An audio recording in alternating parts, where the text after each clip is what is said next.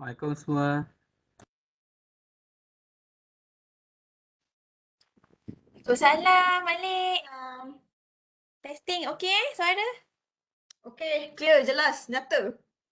Malik okey tak? Izahat Keluar cakap. healthy. Testing, Malik. Malik senyum je, manis. Bismillahirrahmanirrahim. Assalamualaikum warahmatullahi wabarakatuh dan salam sejahtera. Okay, jelas insyaAllah. Okey. InsyaAllah lah kita tunggu ni kita punya speaker lah masuk.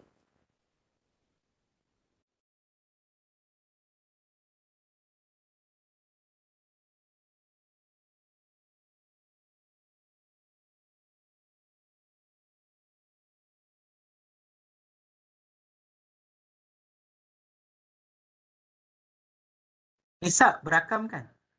Dr. Isak? Ya, macam mana? Ini dia berakam kan? Tu recording dah. Okay. Jadi kau ya Allah Akbar. InsyaAllah. Rabbi yasir wa la tu'asir insyaAllah.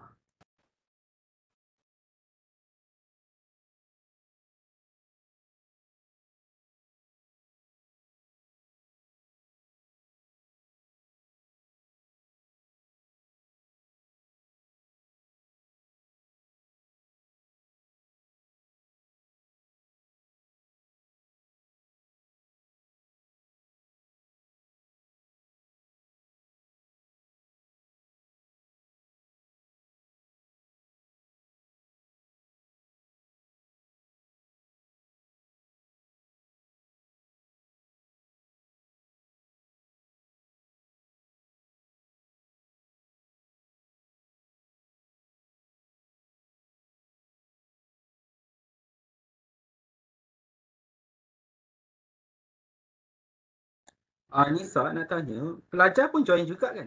Ada pelajar kan? Betul, Malik. Kita punya target audience adalah pelajar degree dan degree dengan pascasiswaza by coursework bersama penyelia dia lah. Nanti penyelia tu termasuk pensyarah. Yang Kita degree juga tu, ada apa dia, Lin? yang degree tu hotel dengan FSKM je kan?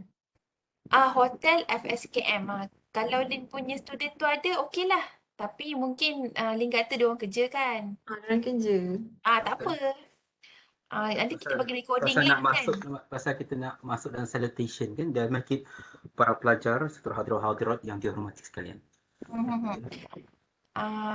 Itulah pelajar, kita tunggulah sebab baru 2 suku kan.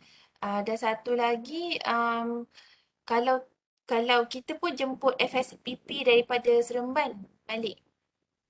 Sebab mereka ni bawa ISEPS.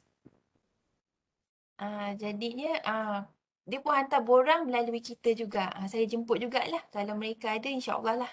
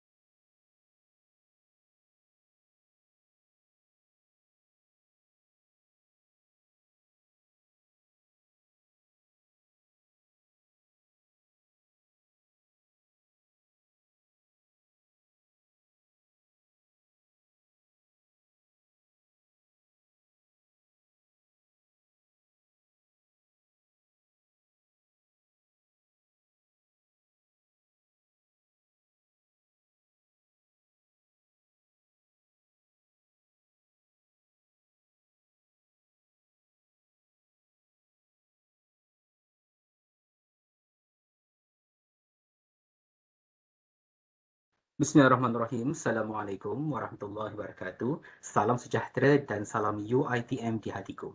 Hadirul hadirat yang dihormati para pelajar sama daripada UiTM Cawangan Melaka, juga dari kampus Seremban 3 Cawangan ke-9.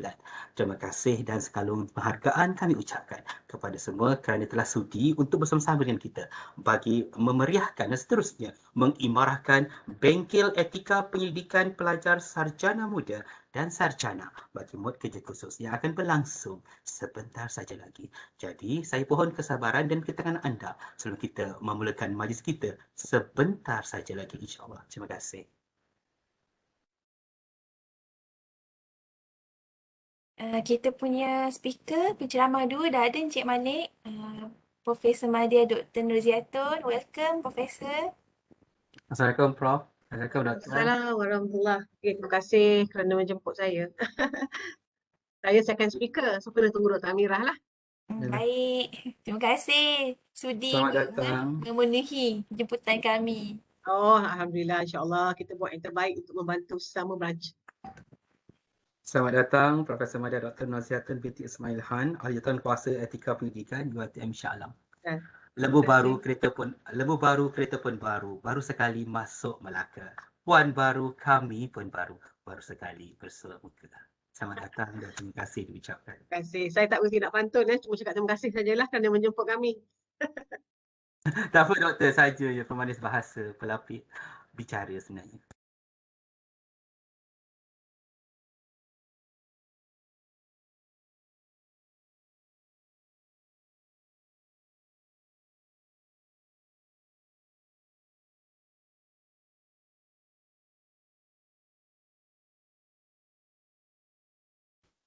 Malik, apa ni, kita punya VVIP sudi nak memberi ucapan. Dr. Nur Hayati.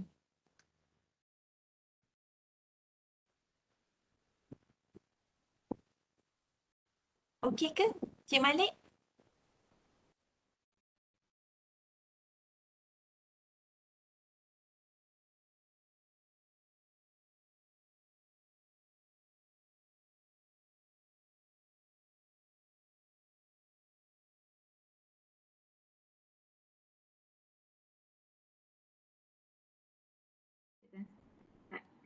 Ya, boleh?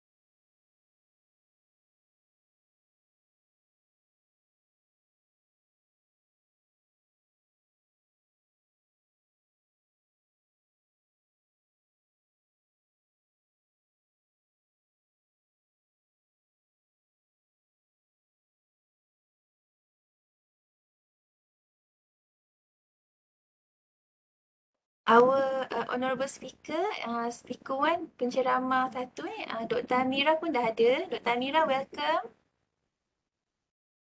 Thank you. Assalamualaikum. Wassalam.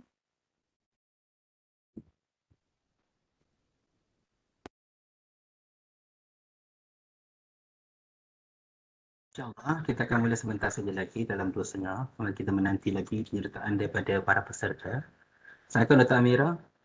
Terima kasih kerana sudi memenuhi undangan kami pada hari ini. Waalaikumsalam. InsyaAllah kita start pada 2.30 ya.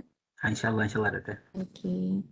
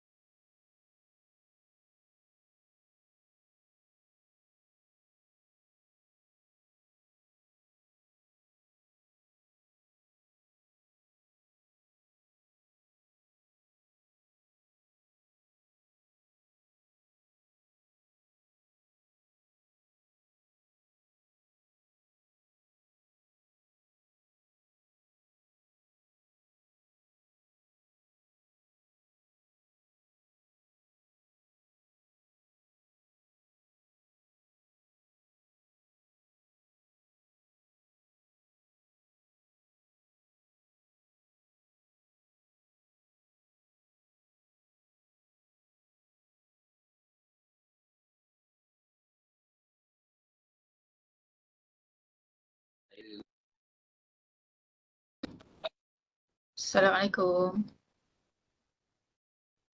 Waalaikumsalam. Salam. Waalaikumsalam warahmatullahi wabarakatuh. Berseri-seri nampaknya hari ini. Terima kasih. Tapi tak dapat join lama. Minta maaf sebab ada meeting. Tapi tak apalah, kita bagi sikit speech. Terima kasih Cik Malik. Tak start lagi kan Cik Malik kan? Tak start lagi kan? Belum lagi, 2.30 insyaAllah Dr. InsyaAllah. Baik, Terima kasih Dr. Yati sudi menerima jemputan. baik. InsyaAllah. Saya tunggu 2.30 lah macam tu.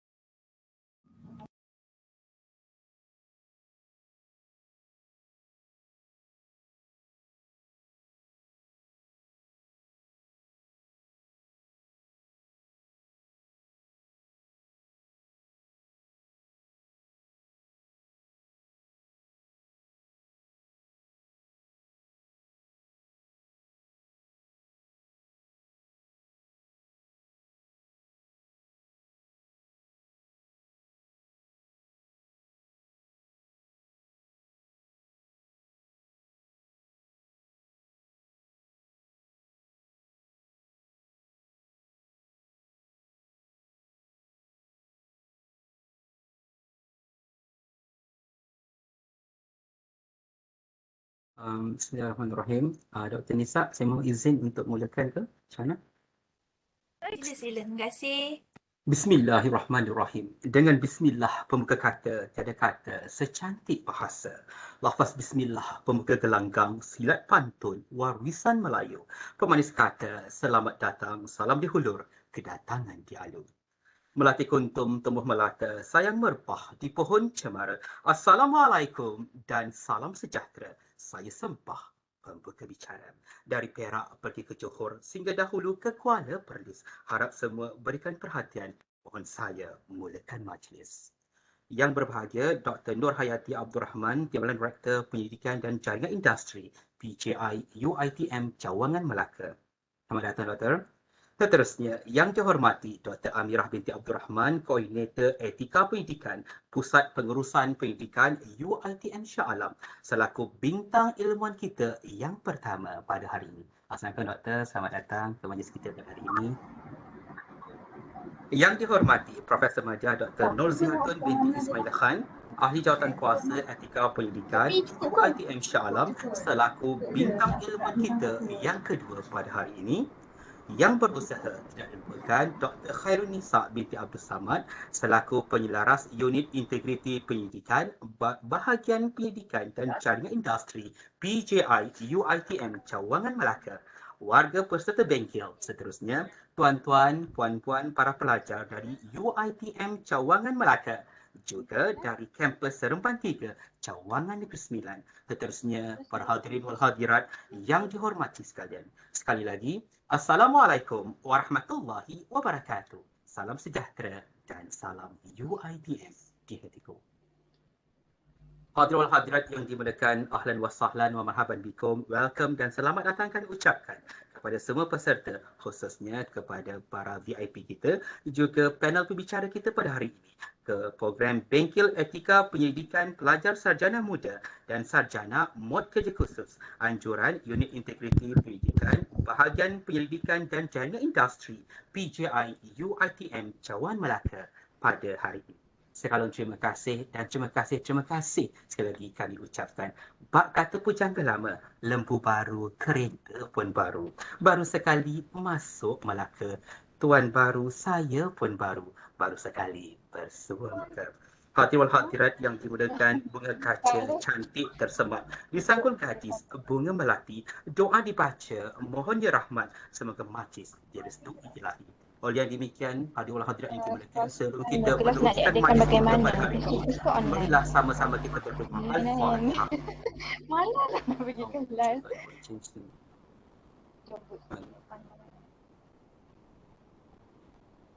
أعوذ بالله من الشيطان الرجيم. بسم الله الرحمن الرحيم. الحمد لله رب العالمين، حمدا حامدين، حمدا شاكرين، حمدا يكافي مزيده. يا ربنا لك الحمد كما ينبغي لجلالك وجهك وعظيم سلطانك. اللهم صل على سيدنا محمد وعلى آله وصحبه وسلم. اللهم إنا نسألك سلامة في الدين والعافية في الجسد وزيادة في العلم وبركة في الرزق وتوبة قبل الموت ورحمة عند الموت ومغفرة بعد الموت. اللهم هون علينا في سكرات الموت ونجاة من النار والعفو عند الحساب برحمتك يا أرحم الراحمين. اللهم إني نعوذ بك من الهم والحزن ونعوذ بك من العيس والكسل ونعوذ بك من الجبن والبخل ونعوذ بك من غلبة الدين وكر الرجال. ربنا ظلمنا أنفسنا وإن لم تغفر لنا وترحمنا كنا من الخاسرين. ربنا لا تزغ قلوبنا بعد إذ هديتنا وهب لنا من لدنك رحمة إنك أنت الوهاب. ربنا آتنا في الدنيا حسنة وفي الآخرة حسنة وقنا عذاب النار وقنا عذاب النار وصلى الله على سيدنا محمد وعلى آله وصحبه وسلم والحمد لله رب العالمين. تقبل الله منكم منا ومنكم تقبل يا كريم. Hadirin hadirat yang dimuliakan, para peserta yang dimuliakan, saya mohon kerjasama daripada para peserta untuk mute-kan, untuk off-kan mic masing-masing bagi tujuan kelancaran majlis. Terima kasih. Para peserta yang dihormati sekalian, sebelum kita melangkah dengan lebih jauh lagi bagi menikmati santapan minda kita pada hari ini, sukalah untuk saya maklumkan di sini bahawa para peserta boleh menaik soalan untuk ditanyakan kepada panel kita pada hari ini di ruangan chat untuk saya kemukakan kepada panel di penghujung program kita pada hari ini. Hadirin wal hadirat yang dimuliakan, Jangan tertawan alpa duniawi, hanya indah serupa mimpi. Madah dihulur, sembah diberi, kata parasmi, hajatnya kami. Hadirat-hadirat dimulakan, majlis dengan ini mempersilakan Yang berbahagia Dr. Nur Hayati Abdul Rahman, Timbalan Rektor Penyelidikan dan Jaringan Industri PJI UiTM Cangan Melaka untuk menyampaikan ucapan dan seterusnya merasmikan majlis kita pada hari ini. Falyatafaddal ma'jura. Dipersilakan Doktor. Okey, bismillahirrahmanirrahim. Assalamualaikum warahmatullahi wabarakatuh. Terima kasih banyak-banyak kepada Encik Muhammad Abdul Malik kerana sudi menjadi moderator pada hari ini. Saya tak ada pantun Encik Malik, saya tak tahu nak balik macam mana. Tak apalah ya, anggaplah kira terbelas. Terima kasih juga kepada penceramah, dua orang penceramah pada hari ini daripada pihak REC. Terima kasih kepada Dr. Amira Abdul Rahman. Terima kasih juga kepada Prof. Malik Dr. Nurziatun kerana sudi untuk meluangkan masa. Ini sedikit santapan ilmu kepada pensyarah dan juga para pelajar yang akan menjalankan penyelidikan tahun ini, semester ini. Dan terima kasih juga kepada organizer iaitu Khairul Nisa, Abdul Samad. Okey, saya tak nak meluangkan banyak masa. Sebelum tu saya mohon untuk semua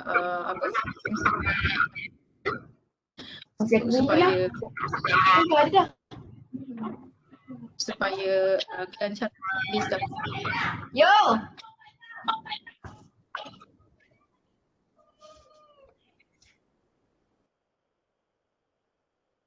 Okey, alright.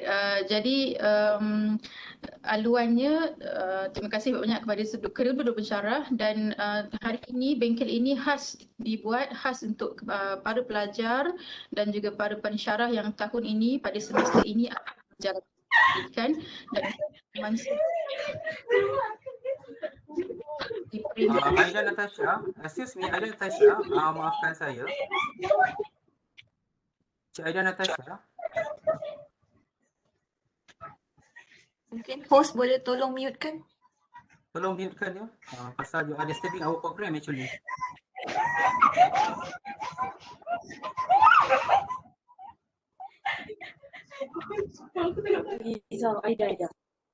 Tolong padam terus ya. You are disturbing our program for today's session actually. Okey, dah. Alright. Jangan marah je balik. Okey, alright. Okey, mungkin pelajar dia tak perasan kot dia tak mute kan. Okey, balik pada ucapan saya tadi. Terima kasih kepada para penceramah pada hari ini dan tujuan utama kita nak menjalankan bengkel inilah untuk memberi pendedahan sebenarnya. Pendedahan hands-on experience kepada para pelajar dan para pensyarah yang akan menjalankan penyelidikan. Especially pada para pelajar sarjana muda dan juga para pelajar master by Coursework yang akan menjalankan penyelidikan pada semester ini kerana kita tahu semua penyelidikan perlu melalui etika, perlu mendapatkan kelulusan etika terlebih dahulu. Ya, jadi bahagian PJI memanggil ataupun menjemput dua orang penceramah yang tidak asing lagi untuk share dengan semua pada hari ini dan ambillah ilmu sebanyak yang mungkin dan diharapkan apa sahaja yang kita dapat pada hari ini boleh diteruskanlah, boleh di-apply sebelum akhir semester ini langsung. Alright. Jadi tanpa masa saya merasmikan Bengkel Etika Penyelidikan pada hari ini dengan Bismillahirrahmanirrahim. Terima kasih. Saya terpaksa undur diri dulu. Ya, Dr. Amira, Cik Abdul Malik, Dr. Nisa dan juga PM Dr. Nurziatun kerana saya ada meeting lain. Jadi saya serahkan majlis kepada Cik Abdul Malik. Terima kasih. Salam terima kasih diucapkan kepada Dr. Nur Hayati atas ucapan yang aman yang disampaikan sebentar tadi. InsyaAllah, moga-moga segala bingkisan pesanan yang telah disampaikan sebentar tadi akan memberikan satu inspirasi kepada kita untuk sama-sama melaksanakan tugas yang diamanahkan dengan sebaiknya insyaAllah. Hadirul hadirat yang dimuliakan padang jarak, padang baiduri, tempat raja membangun kota, bertemu bijak dengan jauh hari, bagai cincin dengan permata. Oleh demikian, sebelum kita melangkah dengan lebih jauh lagi pada hari ini adalah lebih elok untuk kita saling berkenal-kenalan dengan bintang ilmuwan kita yang pertama pada hari ini. Sebab kata pepatah lama, tak tumbuh tak melata, tak sungguh saya tak kata, tak kenal maka tak cinta. Hadirin yang dihormati Dr. Amirah binti Abdul Rahman adalah Koordinator Etika Penyelidikan Pusat Pengurusan Pendidikan selaku bintang ilmuwan kita yang pertama pada hari ini akan berkongsi satu tajuk yang cukup menarik iaitu Introduction on the TOR SOP for the Branch Ethics Review Committee. Hadirin dimulakan, Dr. Amirah Abdul Rahman obtained her PhD degree in Molecular Medicine from UKM Medical Molecular Biology Institute, Universiti Kebangsaan Malaysia. She held two responsibilities. First, as the coordinator of research ethics under the Research Management Center, RMC, UITM, and secondly, the secretary of REC. She is a senior lecturer at the Department of Biochemistry and Molecular Medicine, Faculty of Medicine, UITM, Sungai Buloh Campus, Selangor. Her responsibilities involve teaching molecular medicine, basic biochemistry, and genetic inheritance to preclinical medical students. Currently, she is heading research in colorectal and gloma cancer funded by Magna from the National Cancer Council Malaysia and from the Ministry of Higher Education, MOHI, Malaysia. Oleh yang demikian, tanpa melengahkan masa lagi, dengan segala hormatnya dipersilakan Yang dihormati Dr. Amirah binti Abdul Rahman, Koordinator Etika Penyelidikan Pusat Pengurusan Pendidikan UITM Shah Alam selaku bintang ilmuwan kita pertama untuk berkongsi segala pengetahuan dan pengalaman beliau. Tafadhal ma'jura. Dipersilakan. Bismillahirrahmanirrahim. Terima kasih banyak-banyak ya kepada Tuan Moderator Encik Muhammad Abdul Malik di atas introduction yang begitu menarik ya, bersama-sama dengan pantun. Dan mohon maaf juga saya tidak prepare untuk balas pantun Encik Malik. No problem. Saya pun tidak berapa pandai nak balas pantun. Tetapi terima kasih ya di atas introduction tersebut. Bismillahirrahmanirrahim. Assalamualaikum dan selamat petang. Saya ucapkan kepada Timbalan Rektor Penyelidikan dan Jaringan Industri sekiranya yang berbahagia Dr. Nurhayati masih ada di sini. Dan juga saya nak ucapkan Assalamualaikum kepada Dr. Khairunisa yang telah menjemput saya, moderator majlis dan juga staf-staf pelajar-pelajar yang hadir pada petang ni. Kami amat berbesar hatilah untuk menghadiri majlis ini. Terima kasih banyak-banyak kerana menjemput kami. Dan saya kira ada juga selain daripada cawangan Melaka, cawangan Negeri Sembilan pun ada yang hadir ya. Tadi saya ada dengar. Seremban kampus Seremban 3. Okey, alhamdulillah. Okay, so without further ado, minta maaf ya, slide saya ni ada dua bahasa, bahasa Inggeris dan juga bahasa Melayu. Mungkin saya akan bentangkan secara campur lah ya. Okay. Boleh nampak slide saya? Boleh nampak. Okay. So without further ado, I will proceed to my presentation on Research Ethics Application Procedures at College, Faculty and Branch Ethics Review Committee. This is for undergraduate and postgraduate by coursework minimal risk. Nanti saya akan terangkanlah apa maksudnya. This is exclusively for undergraduate and postgraduate by coursework because the SOP is different from staff and postgraduate mixed mode or research. Yeah. Okay.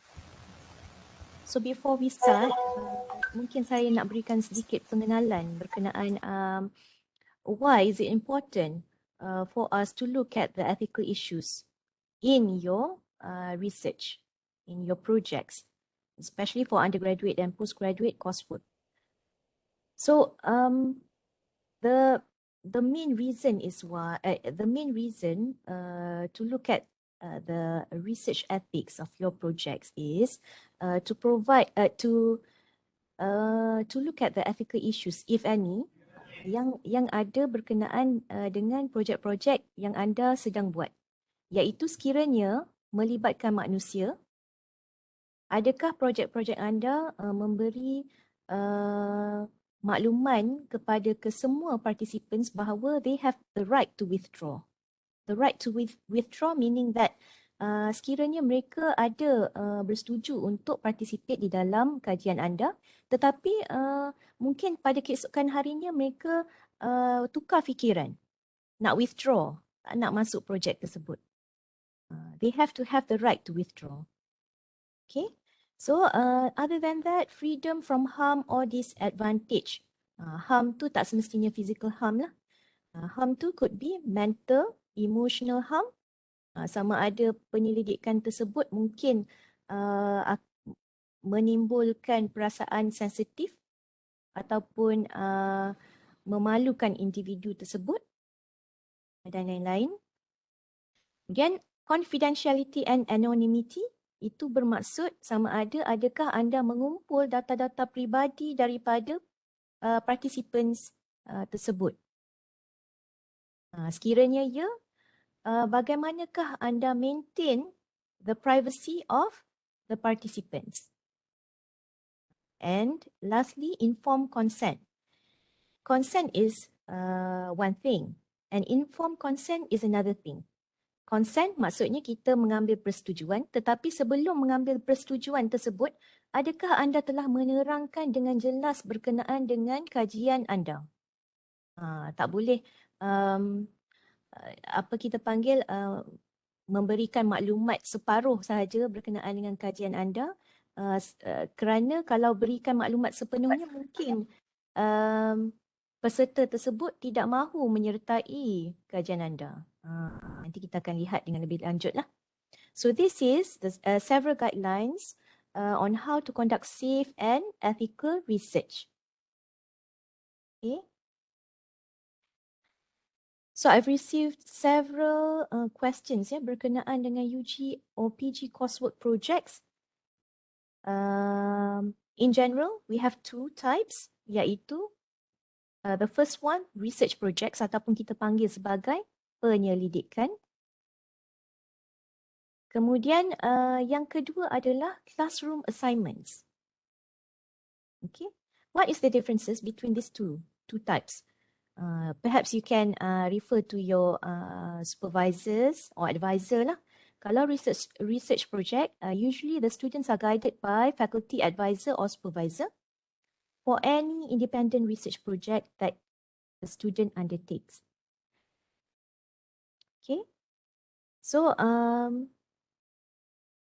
Okay, so dulu-dulu the old SOP, all students, it doesn't matter whether UG undergrad students or PG by coursework students, must submit their application to UITM Research Ethics Committee. Tetapi sekarang kita ada penurunan kuasa khas untuk undergraduate dan juga postgraduate by coursework. Kesemua permohonan etika penyelidikan kategori ini akan diproses di peringkat cawangan ataupun fakulti. Okay, kemudian number 2, classroom assignments. Apa bezanya dengan research projects? Classroom assignments biasanya melibatkan short assignment, di mana the official definition of research does not meet the classroom assignments lah, projects ni. Contohnya, sebagai contoh, assignments untuk membiasakan ataupun untuk pelajar belajar cara-cara conduct interview, service or experiments sewaktu salah satu daripada course yang students attend. Ya, okay. These assignments yang very short assignments does not require prior clearance from Research Ethics Committee. Remember, hanya penyelidikan. Okay. Nanti kita akan lihat dengan lebih lanjut. Okay, so the first, the other questions that people usually ask me is, who needs to apply for ethics approval from ERC? ERC ni adalah Ethics Review Committee di peringkat cawangan, fakulti dan juga college. Sekarang ni kita ada college ya, selain daripada cawangan dan fakulti. Okay, who needs to apply? UITM students, undergraduate students, sebagaimana yang saya mention tadi, dan juga postgraduate by coursework. How about postgraduate research ataupun mixed mood? How about staff research? Okay, kesemua ini kesemua ini boleh di-apply through UITM RC. SOP-nya berbeza dengan undergraduate dan juga postgraduate by coursework. kita ada dua SOP yang berbeza, ya. Postgraduate research or mixed mode and staff apply directly through UITM REC. And projects requiring ethics approval. Projects requiring ethics approval is projects that involve human participants. It doesn't matter whether it is a questionnaire-based study ataupun interview-based or observational studies. Semua tu melibatkan manusia, melibatkan penyertaan manusia, maka you need to apply for ethics approval.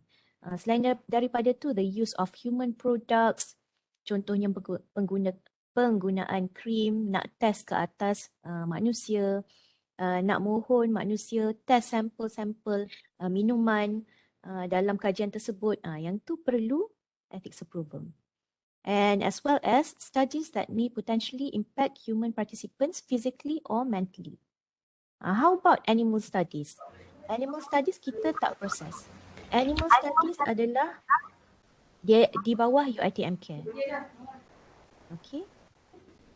Jadi pada 14 September 2021 tahun lepas, kami telah mengeluarkan pemakluman berkenaan dengan SOP, prosedur operasi standard, permohonan kelulusan etika pendidikan bagi pelajar sarjana muda dan sarjana mod kerja kursus.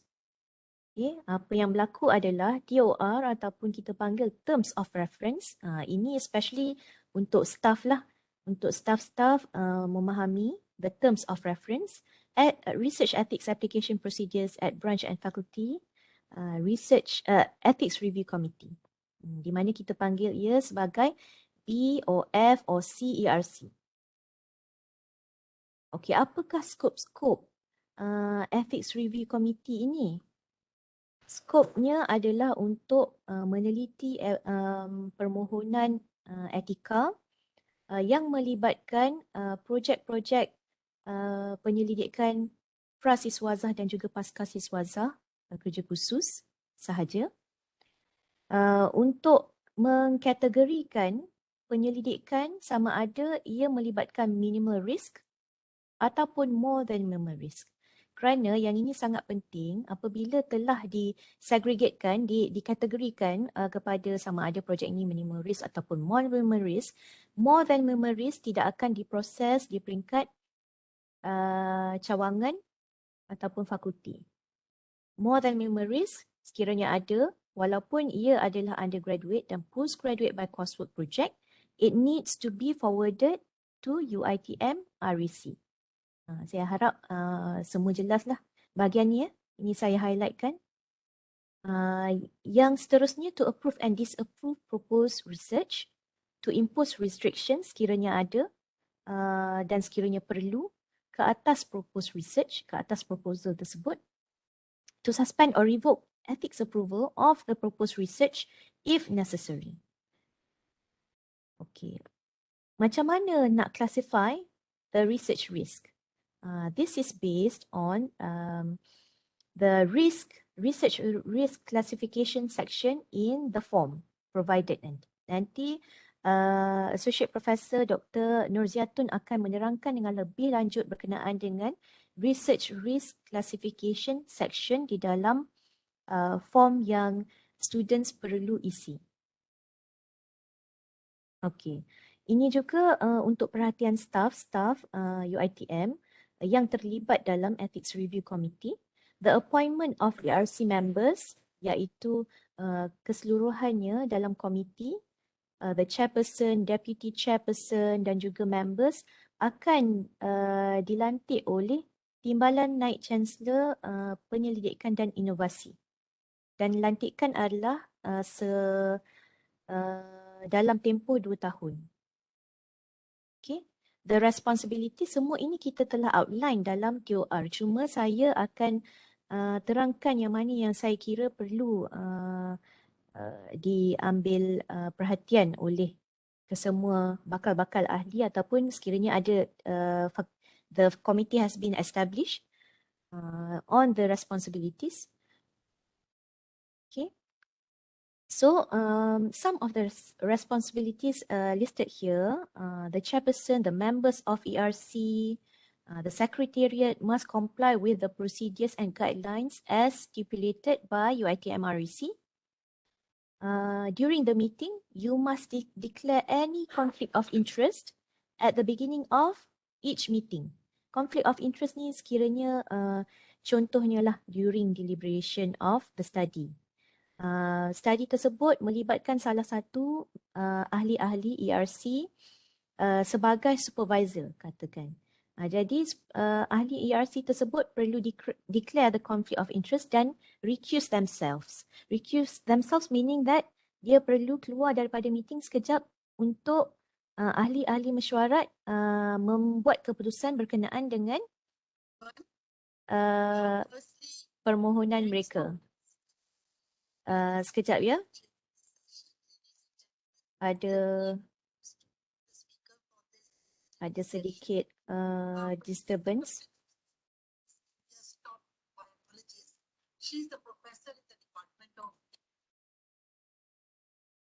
Okey, mohon maaf.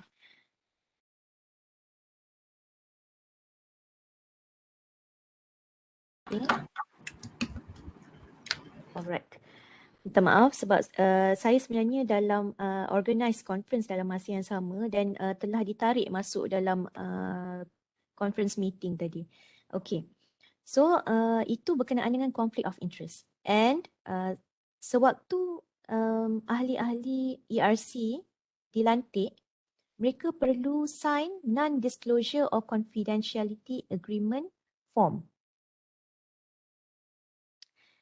Yang keempat, must attend successfully complete relevant training on research ethics and continuously update themselves and attend relevant skill development trainings and refresher course. Nanti saya akan terangkan dengan lebih lanjut lah di mana dan berikan contoh-contoh trainings yang mungkin members boleh attend. Okay. So di sini seperti yang sedia maklum, the ethics approval letter for undergraduate dan postgraduate by coursework will be issued by the chairperson of ERC di Cawangan. Chairperson of ERC akan menandatangani ethics approval letter ini. Okay, dan ethics review committee yang berada di Cawangan akan dibantu oleh associate members kita. Associate members yang dilantik oleh TNCPI juga, dan members of ERC, dan ini sering ditanya ya, members of ERC boleh tak menilai permohonan yang dihantar daripada undergraduate dan postgraduate by coursework. Members of ERC, ya boleh. Tidak semestinya associate members sahaja yang menilai permohonan. Apabila ada ahli-ahli lain yang terlibat di dalam komiti ERC ini, mereka juga boleh membantu associate members untuk menilai dari segi ethics, aspects borang-borang yang telah dihantar kepada mereka. Okay. Dalam TOR juga kita telah outline the structure of BERC, FERC, dan the minimum membership is 7. Comprising a chairperson, deputy chairperson, associate members, at least 2 academic professional members who are UiTM employees and with knowledge of current experience in areas of research as appropriate. Okay, as appropriate tu bermaksud kalau di dalam cawangan dan Melaka, kebanyakannya adalah melibatkan penyelidikan daripada fakulti perundangan, undang-undang ataupun accountancy. Jadi members tersebut digalakkan ada di dalam komiti lah. Okay. Dan juga lay persons who are UiTM employees. Lay person ni bukan pensyarah yang tiada scientific background. Okay. Could be siapa ya? Technician, kerani, ya. Okay. So the quorum for meeting is 5, including the chairperson, 1 member or associate members of REC. Okay. Dan juga komiti ini perlu ada sekretariat untuk mengendali, mesyuarat dan juga menyimpan dokumen-dokumen yang penting ya untuk audit pada masa akan datang. Okay. Remember that I've mentioned about trainings just now. So all of the ERC members are expected to update themselves with knowledge and skills relevant to their appointment. Macam mana? By attending at least one seminar, workshop or refresher course per year. And ataupun the members can attend online course that offers certificate that may include one of the followings. Antara topik yang perlu dilihat lah. Dan kami juga, Sekretariat REC juga telah menghantar email kepada semua sekretariat yang terlibat dan juga TD, PGI, TR, Dekan, Rektor berkenaan dengan maklumat e-kursus yang mereka boleh ikuti. Yang ini ada yang melibatkan sains dan teknologi, sains sosial, dia pelbagai, yang percuma ya. Dan antara kursus-kursus ini memang mereka ada offer certification. Selain daripada itu, bahan-bahan bacaan juga kami ada senaraikan. But this is not limited to this ya. If you could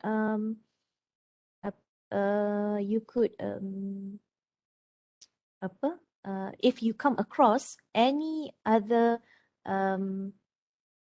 workshops or seminars from UM ke USM or other ethics committee, you can attend and you can attend the course. Dan selalunya kalau di peringkat kami akan collect the evidence certification untuk dimasukkan di dalam file kami lah, yang bahawa ahli-ahli Research Ethics Committee telah attend one course per year. Berkenaan dengan data maintenance dan reporting to UiTM REC juga sama. Kami juga, Sekretariat REC juga telah menghantar email. This is every month kita ada hantar email berkenaan dengan the requirement of each ERC di peringkat cawangan dan juga fakulti dan juga college untuk submit a list of approved ethics application from undergraduate dan postgraduate by coursework students by the third week of each month, sekiranya ada. Okay, the submitted report must be prepared in accordance to the reporting template yang kita bagi dalam email. And when deemed necessary, we may conduct an audit on ERC at the faculty or branch level. Okay. So itu lebih kepada makluman kepada staff. Ini makluman kepada semua ya. When do I apply for research approval? Kita amat-amat menggalakkan supaya you apply for ethics approval much earlier before your data collection, iaitu kalau di peringkat kami 2 bulan sebelum, to allow the process, the timeline that we need to process your application. Okay, dan perkara kedua yang amat penting adalah ERC approval must be obtained before data collection.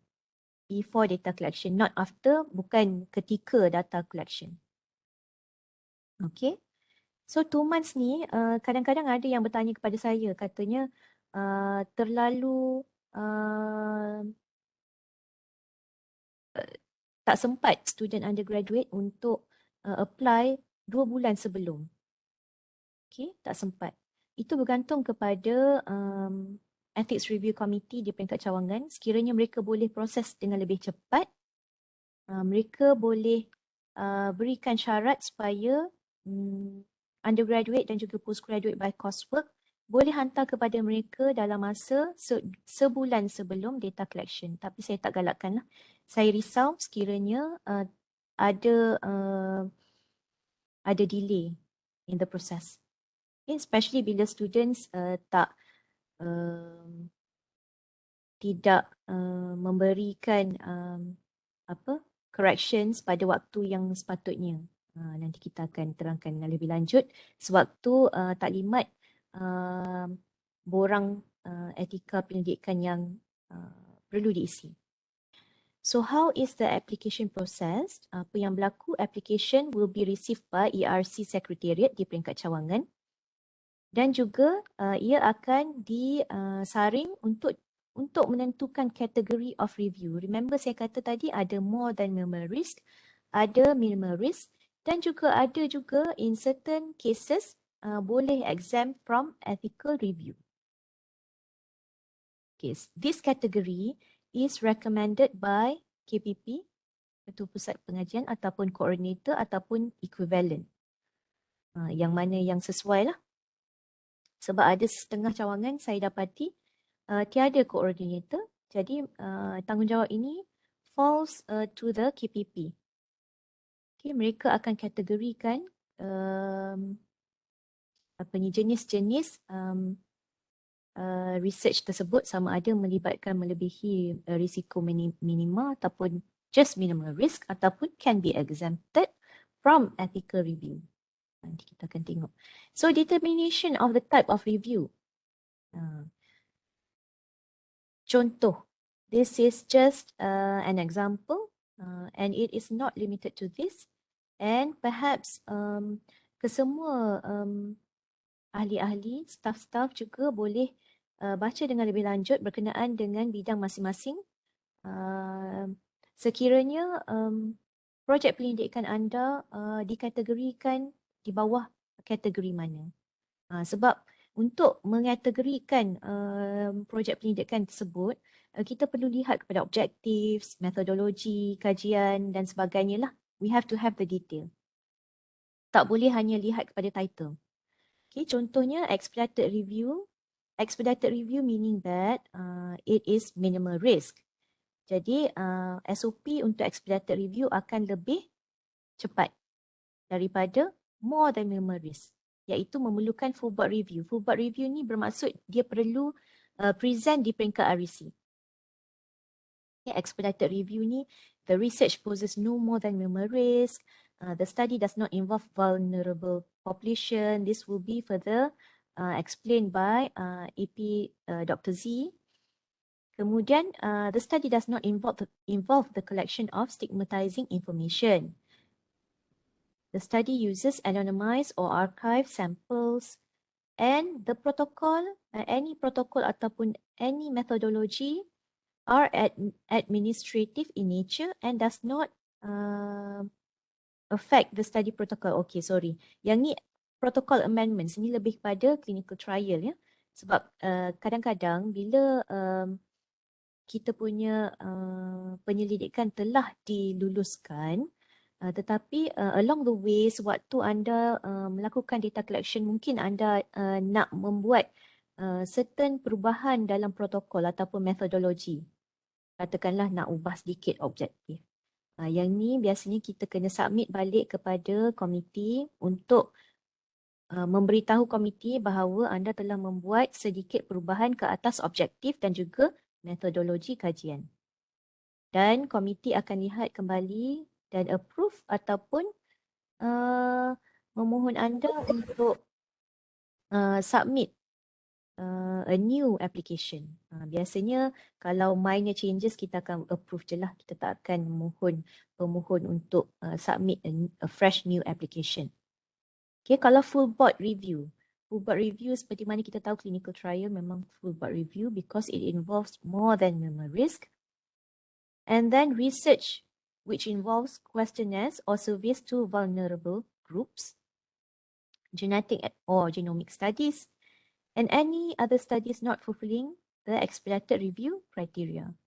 Manakala exemption pula because ada juga yang membuat monitoring program, consumer satisfaction, program evaluation that does not involve human participants. Monitoring program ni maksudnya kita tak kumpul data-data daripada manusia lah. Mungkin kita ambil secondary data ke dan sebagainya. Exemption ni kita ada listkan justifikasi mengapa penyelidikan ini boleh dikecualikan daripada memohon ethics approval. dalam borang tu. Nanti akan diterangkan juga oleh Dr. Z. Okay. So itu adalah 3 kategori yang umum. But the exemption category will be subjected to expedited review at the level of the chairperson. Ini contohnya lah. Pelajar dah supervisor kata, okay, I think your project can be exempted. So let us fill up the exemption form. Okay. Lepas tu student pun fill up the exemption form and then hantar kepada ERC committee. Tapi apabila ERC committee lihat, mereka lihat your proposal, your whole proposal, your objectives, your methodology, it seems like your study cannot be exempted. It must be through the expedited review SOP.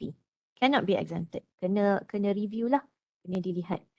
Jadi pelajar perlu tukar. Pelajar perlu isi borang untuk expedited review because borang dia lain. Jadi it is very important for the students and the supervisor to really determine whether your study can be exempted or not based on the justification listed in the borang tersebut, in the forms. Yeah? Otherwise akan jadi dua kerja pula lah. Kena isi borang expedited review pula. Tapi don't worry, borang-borang kita telah disimplified lah daripada borang-borang asal untuk hantar ke REC committee. Ini borang-borang dokumen-dokumen berkaitan dengan permohonan kelulusan etika penyelidikan sarjana muda dan sarjana mod kerja kursus. Saya telah mention beberapa kali mod kerja kursus sahaja. Okay, borang-borang tersebut semua boleh didapati di website ini. Available to all to download. Yeah? You can download in this website. Make sure you download the latest forms. TOR yang saya terangkan tadi ada juga di dalam website. SOP juga ada di dalam website. Dan kita ada 4 borang setakat ini. Borang permohonan F or BRC 1. Borang maklumat peserta yang kedua, borang persetujuan untuk peserta yang berumur bawah 17 tahun. Borang pengecualian, ini adalah yang saya sebut tadi lah, exempted. Borang pengecualian F or BRC 4. Okay, biasanya untuk minimal risk or more than minimal risk, students perlu isi borang 1 dan 2 sahaja. Tetapi katakanlah kalau projek student tersebut melibatkan survey pada pelajar-pelajar sekolah. Okay, pada pelajar sekolah. Maka students perlu isi 3 borang ini. Sebab borang persetujuan tu perlu kita isi maklumatnya untuk diberikan kepada peserta yang di bawah umur 17 tahun. Maklumat sebenarnya borang 2 dan 3 ni dia sama. Tetapi cara kita mengolah ayat untuk borang persetujuan bagi peserta di bawah 17 tahun adalah lebih simple daripada borang maklumat peserta untuk peserta biasa yang di atas 18 tahun. Nanti akan diterangkan juga dengan lebih lanjut oleh Dr. Z. Okay. Ini untuk makluman staff ya, staff dan juga ahli-ahli Ethics Review Committee. Saya nak berikan makluman di sini. Bagaimana dengan borang penilaian F or BERC dan juga surat lantikan ahli ERC. Okay, borang ini kita memang tidak paparkan di dalam website. Sekiranya perlu melihat contoh, boleh dapati daripada saya, boleh kontak saya lah. Okay. Okay, now kita akan pergi kepada SOP. Macam mana saya terangkan tadi, SOP berbeza ya daripada SOP di peringkat kami, di peringkat REC UiTM. SOP-nya berbeza. Okay, dia bermula daripada applicant, student dan juga supervisor. Selepas DRP presentation ataupun proposal preparation, saya letak atau di sini kerana saya dapati ada certain faculties yang tiada DRP presentation. Okay, dan saya letak proposal preparation.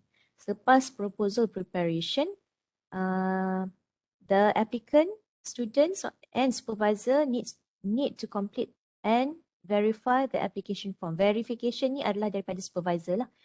Students complete the form and then hantar kepada supervisor. Supervisor lihat borang-borang anda, sama ada borang-borang anda telah dilengkapkan, barulah supervisor turunkan tanda tangan dan kemudian hantar kepada koordinator atau KPP ataupun equivalent entities yang akan mengesahkan borang anda. Okay, kenapa kat sini sangat penting selepas DRP presentation? Because kita tak nak proposal yang ada adalah proposal yang half cook. Half cook tu bermaksud proposal yang tak lengkap lagi. Banyak lompong. Banyak yang tak sure lagi.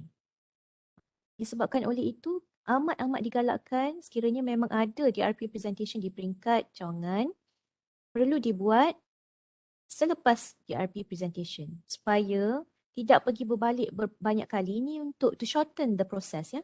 To shorten the process. The proposal must be firm. Already determine lah. Sekurang-kurangnya tak adalah lompong banyak dan banyak benda yang tidak sure. Okay, itu adalah role pemohon, students. Mohon students melengkapkan borang-borang anda dalam semua tempat. Nanti kita akan terangkan lebih lanjut. Dan juga yang kedua, supervisor mohon lihat kelengkapan borang-borang pelajar sebelum turunkan tanda tangan. Okay? Dan sebelum hantar kepada KPP. Sebab kita risau sekiranya tak lengkap, KPP akan pulangkan balik kepada pelajar dan itu menjadi, berbalik-balik akan drag the process. Melambatkan proses lagi. Okay. So selepas hantar kepada KPP, KPP tengok okey semua lengkap, semua cantik, KPP akan turunkan pengesahan tanda tangan dan akan recommend the category of your research, sama ada minimal risk, more than minimal risk. Okay. So selepas itu mereka akan hantar setelah KPP ataupun koordinator telah mengesahkan borang tersebut, mereka akan hantar kepada ERC Secretariat, Committee Ethics Review Committee di cawangan itulah. Di mana Ethics Review Committee akan assign reviewer di kalangan REC Associate Members ataupun juga di kalangan Members of ERC sendiri untuk menilai permohonan tersebut dalam masa 7 hari. Okay, and then setelah penilaian dibuat, reviewer akan recommend, cadangkan sama ada approve, full approval, tak perlu membuat apa-apa amendment, ataupun conditional approval di mana student akan diberikan 2 minggu untuk minor corrections dan 1 bulan untuk major corrections. Tetapi students tak perlu pun this is the maximum timeline lah that you could submit your corrections. Kalau sekiranya you receive major corrections pun but you can submit within 1 week, please do so. Ini akan mempercepatkan lagi lah your process, application process. But please ensure that you have done the corrections accordingly. Okay, kemudian setelah dapat recommendations daripada reviewer dan juga students dah submit mereka punya pembetulan, dia akan masuk meeting, presentation or approval of applications. Okay, yang ini ada pelbagai cara di peringkat cawangan dan juga fakulti. Cara yang pertama adalah sama ada di dalam meeting perlu membincangkan apa-apa isu berkenaan dengan permohonan. Cara kedua adalah sekiranya tiada isu, mereka akan membentangkan, melaporkan recommendation by the reviewer dan kesemua ahli mengambil maklum dan chairperson bersetuju dan akan isukan approval letter. Tetapi sekiranya ada isu, contohnya adalah isu-isu yang berbangkit dan juga isu kedua mungkinlah kategori permohonan tersebut adalah more than minimal risk, mereka perlu menghantar laporan tersebut kepada kami, UiTM REC. More than minimal risk tidak boleh diproses di peringkat cawangan. Okay, minta maaf ya, arrow ni missing. Sepatutnya ada arrow ke bawah kepada UiT MRC. Sekiranya more than memories, hantar kepada UiT MRC. Okey, berkenaan dengan timeline, selepas meeting, notification of decision will be emailed to the applicant dan surat-surat juga akan dihantar kepada applicant oleh Secretariat ERC dan the approval, the master list for the approval will need to be the ERC Secretariat needs to send the master list of the monthly approval to us, to REC UiTM. Okay.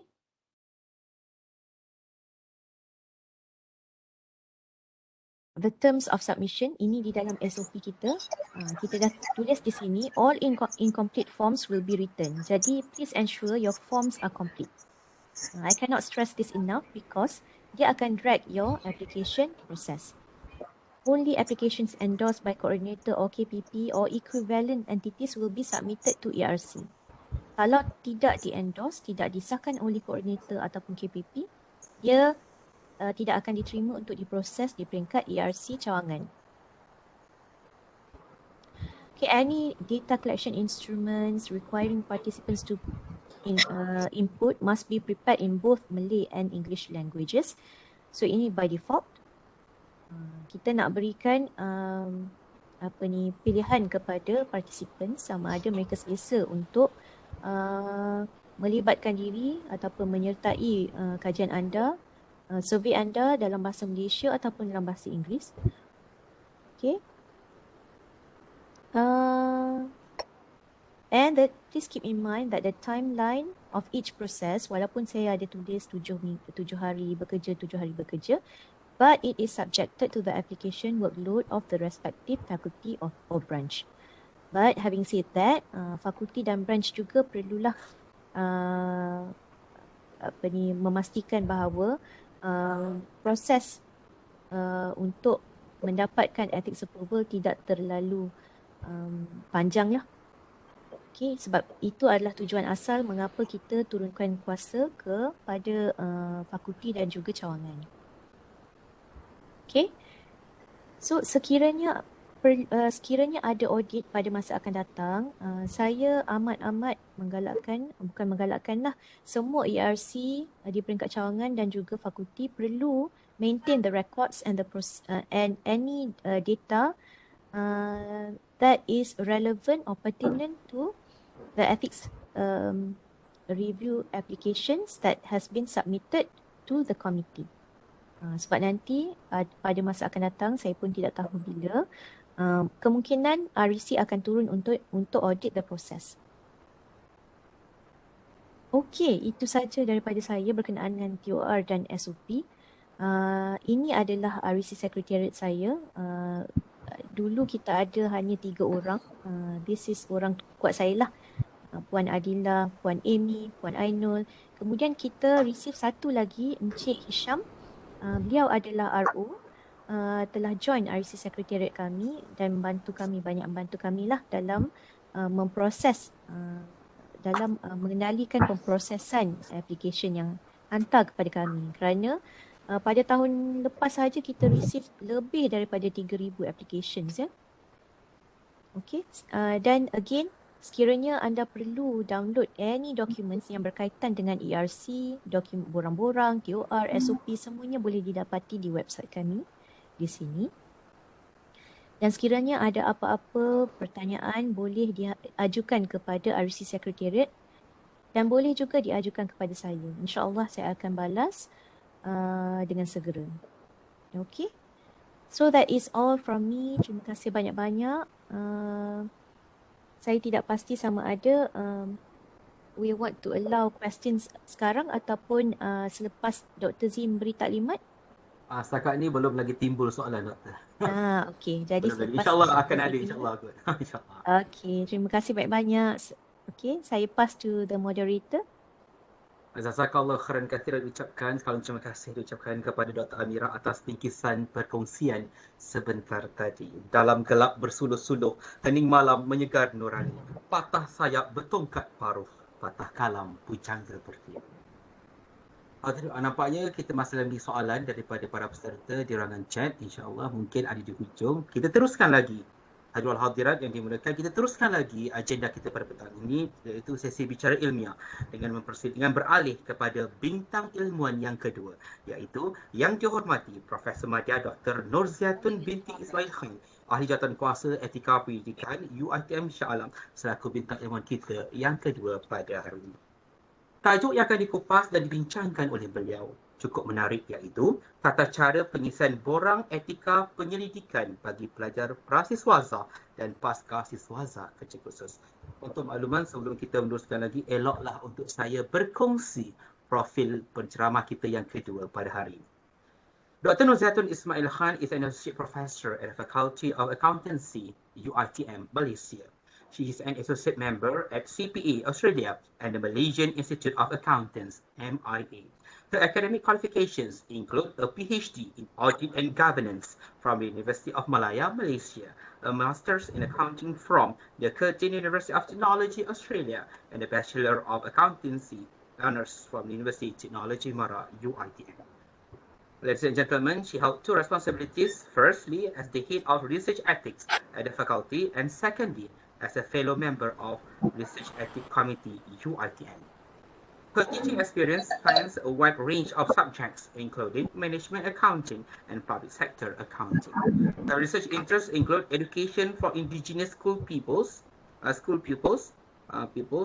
political connection, forensic accounting in the public sector, and audit and governance. Oleh demikian, tak melengahkan masa lagi, dengan segala hormatnya, saya mempersilakan yang dihormati Profesor Madya Dr. Nurziatun binti Ismail Khan, Ahli Jawatan Kuasa Etika Penyelidikan UiTM Shah Alam, untuk menyampaikan bingkisan perkongsian beliau. Dengan segala hormatnya, dipersilakan Doktor. Terima kasih Encik Malik. Alright, thank you to the organizing committee for having us in-house for today's sharing session. I could say it's more to sharing session lah ya. So allow me to share my slides. Nampak ke? Alright, okay, thank you. Okay, alright.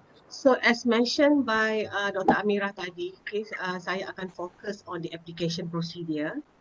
Alright, so basically, if you look at the research, okay, as mentioned by Dr. Amira again, why that we need to apply for ethical, so in order to protect your research participants and yourself. So basically, okay, research yang memerlukan approval, okay, bukan sahaja untuk diri kita sendiri sebagai researcher, but also kepada participants, ya.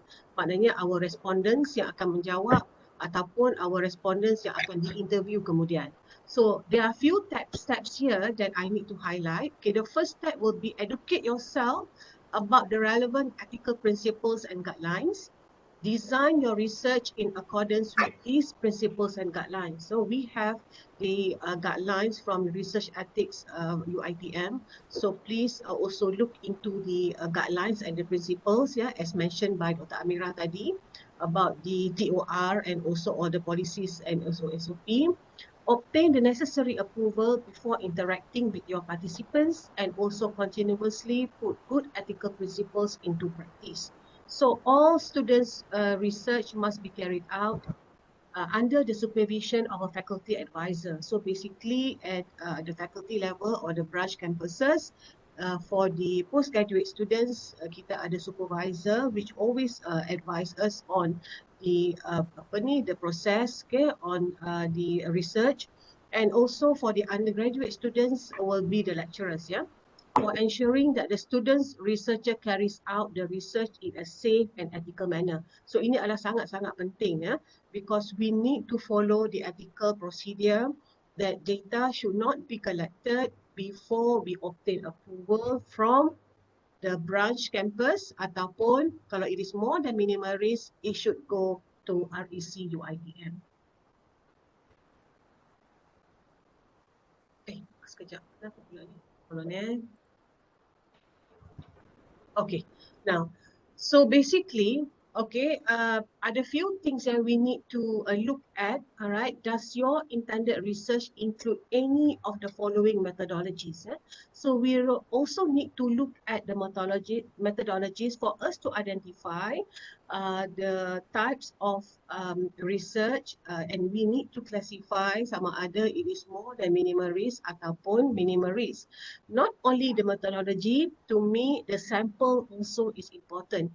Ya, so dekat sini selain daripada looking into adakah kita mengadakan interviews or oral histories, ya, questionnaires or surveys yang mana melibatkan human, okay, we interview our respondents, we distribute questionnaires or surveys to the respondents, okay, analysis of any kind of social media, ethnography or observation, and any other methodology that involves live human participants or other data.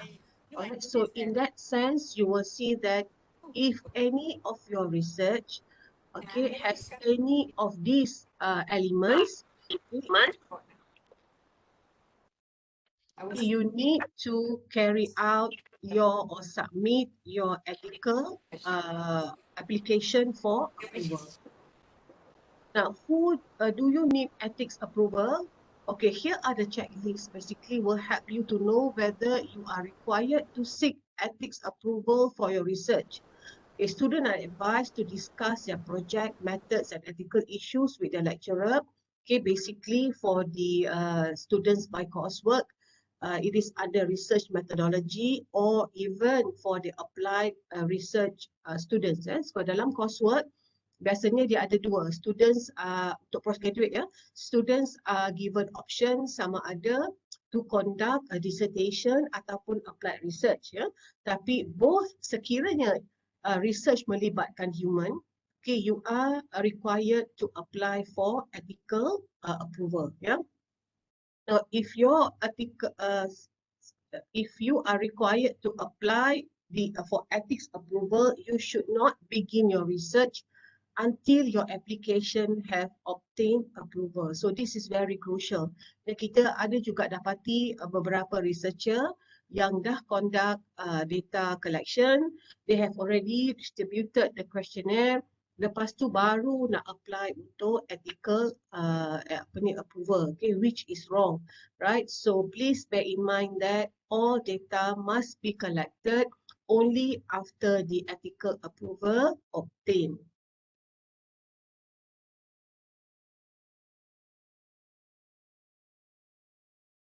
Alright, so basically, okay, does your intended research involve any of the following groups or their data? Ini yang I mention tadi about the sample. Bukan sahaja the methodology is important, you also need to look at the samples. For example, kalau sample tadi adalah patients, kalau dari pesakit, tak kiralah pesakit jenis sakit apa yang the patients hadapi, but it's just that as long as it is involve patients, it involve children aged under 17, okay, where we have to submit another form of FBRC 3, ya, tadi untuk Exemption Form, we call it, for children under 17. Or maybe vulnerable groups, okay, those who may be unable to give informed consent or are in a dependent position. So basically vulnerable tu nanti I akan define what does it mean by vulnerable groups, okay, yang mana this group of respondents, they are unable to give out their own informed consent. Okay, maknanya mereka ni mungkin dalam kategori yang berbeza, bukan the normal respondent yang biasa kita obtain data. Alright. Ataupun mungkin we can say that people engage in criminal or illegal activities, including visiting websites, even if there is no direct contact with individuals. So, sample memainkan peranan yang penting, basically, dalam your application juga. Okay, because not only looking into methodologies, we also need to look at the sample. Sometimes kita tengok title macam okay, methodology, questionnaire, ataupun kita kata distribute questionnaire atau interview. Tapi when we look at the respondent, okay, we found out that the respondents ni the information that you obtain later on ni adalah sensitif. Ya. So bila dia sensitif, dia bukan lagi dalam minimal risk. So bila it is sensitive information, it should go under more than minimal risk. For example, if you interview inmates, banduan, alright, banduan information about their apa sahaja yang berkaitan details that you obtain from the inmates, banduan, ataupun maybe information yang berkaitan dengan ISA, for example, okay. So these are information yang kita katakan high risk information, then it has to be more than minimal risk category. Okay, so meaning here that looking at the methodology per se is not enough. All right, so what we do basically, we also look into the samples that you're going to obtain. Now, when we talk about vulnerable group, okay, this is how we define vulnerable group tadi. Those people who are less able to protect their own interests. Alright, so meaning that ill health, mereka yang menghadapi masalah kesihatan, alright, maybe a comorbidity ataupun ada masalah jantung, ada masalah apa sahajalah ya yang melibatkan kesihatan. So kita kategorikan responden ini under vulnerable group, right? Or someone he is too young to legally consent to participate. Under age tadi, when we mention about 7 to 17 years old of age, they are too young to give their legal consent, alright, atau too old to fully understand the consequences of participation. So tadi Dr. Amira did mention about informed consent. Maksudnya dekat sini bukan sahaja consent, but you have to do it in a form of informed consent, to tell them, to briefly explain to them that what is your research is all about, and they have to understand what is the risk if they participate in your research. Alright, so apa risk yang akan mereka tanggung, okay, and adakah information mereka akan being exposed, for example, when you talk about private and confidential information and so on. So these people under the category of vulnerable ni, okay, perlu mendapat consent yang berbeza lah ya, because they are unable to give their legally consent. Alright, a person of minority status, for example, foreign workers or a refugee, or maybe kita boleh klasifikasikan pekerja pelarian Rohingya, okay, these are under the category of minority status. Atau a person in a hierarchical structure who feels obliged to do something they may not normally want to do. Alright, so these are how we classify our vulnerable group tadi according to the ethical application. Ataupun dekat sini a foreign country, okay, will your research require any travel or take place in any high risk locations? Contohnya di South Sudan, okay, yang mana ada banyak berlaku peperangan, for example, atau any other countries yang high risk, maksudnya tidak ada ketenteraman di that particular country, right? So a foreign country, especially if there is a travel warning in place. So these are the Palestine, for example, ya. These are the countries yang yang very high risk country. Anywhere where you might put yourself at personal risk by visiting or with which you are unfamiliar. Kalau you perlu collect data in this type of high risk countries or high risk locations, or any other location you think might be high risk. Okay, so these are the categories yang mana application of ethical approval must be obtained. And of course, we will also need to look at the locations, ya, maknanya banyak aspek yang kita lihat sebenarnya dalam ethical punya application ni. Tadi kita mention about methodology, we also mention about the sample. Now we also looking into the locations to ensure that the data collected are safe, okay, so that it will not give any negative impacts to us. Alright, now we look at the secondary data. Alright, so tadi kita tengok in terms of questionnaires, kita tengok in terms of interviews or maybe observation dan sebagainya. right? So some research, especially social science, okay, we also obtain data from secondary data. Alright, so that will be daripada annual reports, for example, atau daripada government policies, atau daripada archive information. Any documentation yang mana dia tidak melibatkan human, right? Information can be obtained from the website, for example.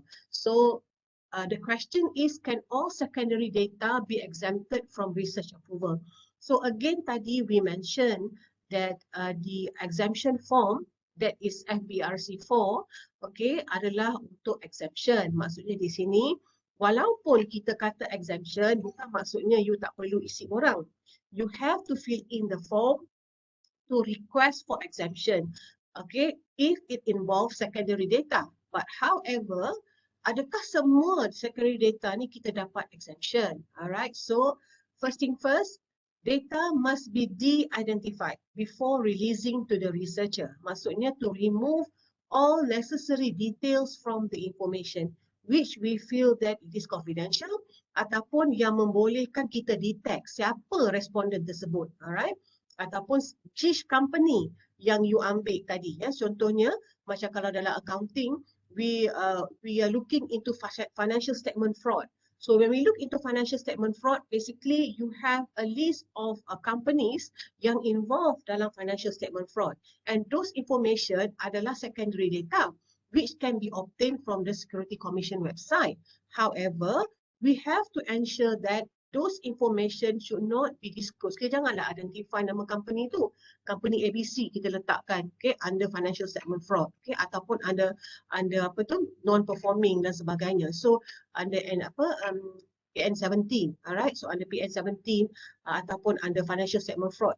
So this information is a bit sensitive, ya, kalau kita disclosekan dalam our research. So basically what we do is kita tak akan disclose, kita akan de-identify information tersebut, dan kemudian maybe if let's say in terms of case study, kita hanya letak XYZ ke atau macam mana lah, so that we do not disclose the sensitivity information dalam our research. Consent of study subjects can be reasonably presumed. Okay, outcomes from the analysis must not allow re-identifying participants. As I mentioned tadi lah, maknanya information tu, the outcome of the analysis tu, you identify, okay, these are the companies under financial statement fraud. You are comparing it with company yang tak involved dalam financial statement fraud, for example. So jadi from there kita dah boleh identify, oh ni company yang involved, right? Ini company yang tak involved. So that basically gives not a good reputation to the organisation atau to the company, walaupun kita tahu that it is secondary data. So use of the data must not result in any damage or distress, macam I mentioned, because when you disclose those information kepada public, then public pun tahu that, oh, these are the companies yang under financial statement fraud, so that creates not a healthy environment to the organisation, ya.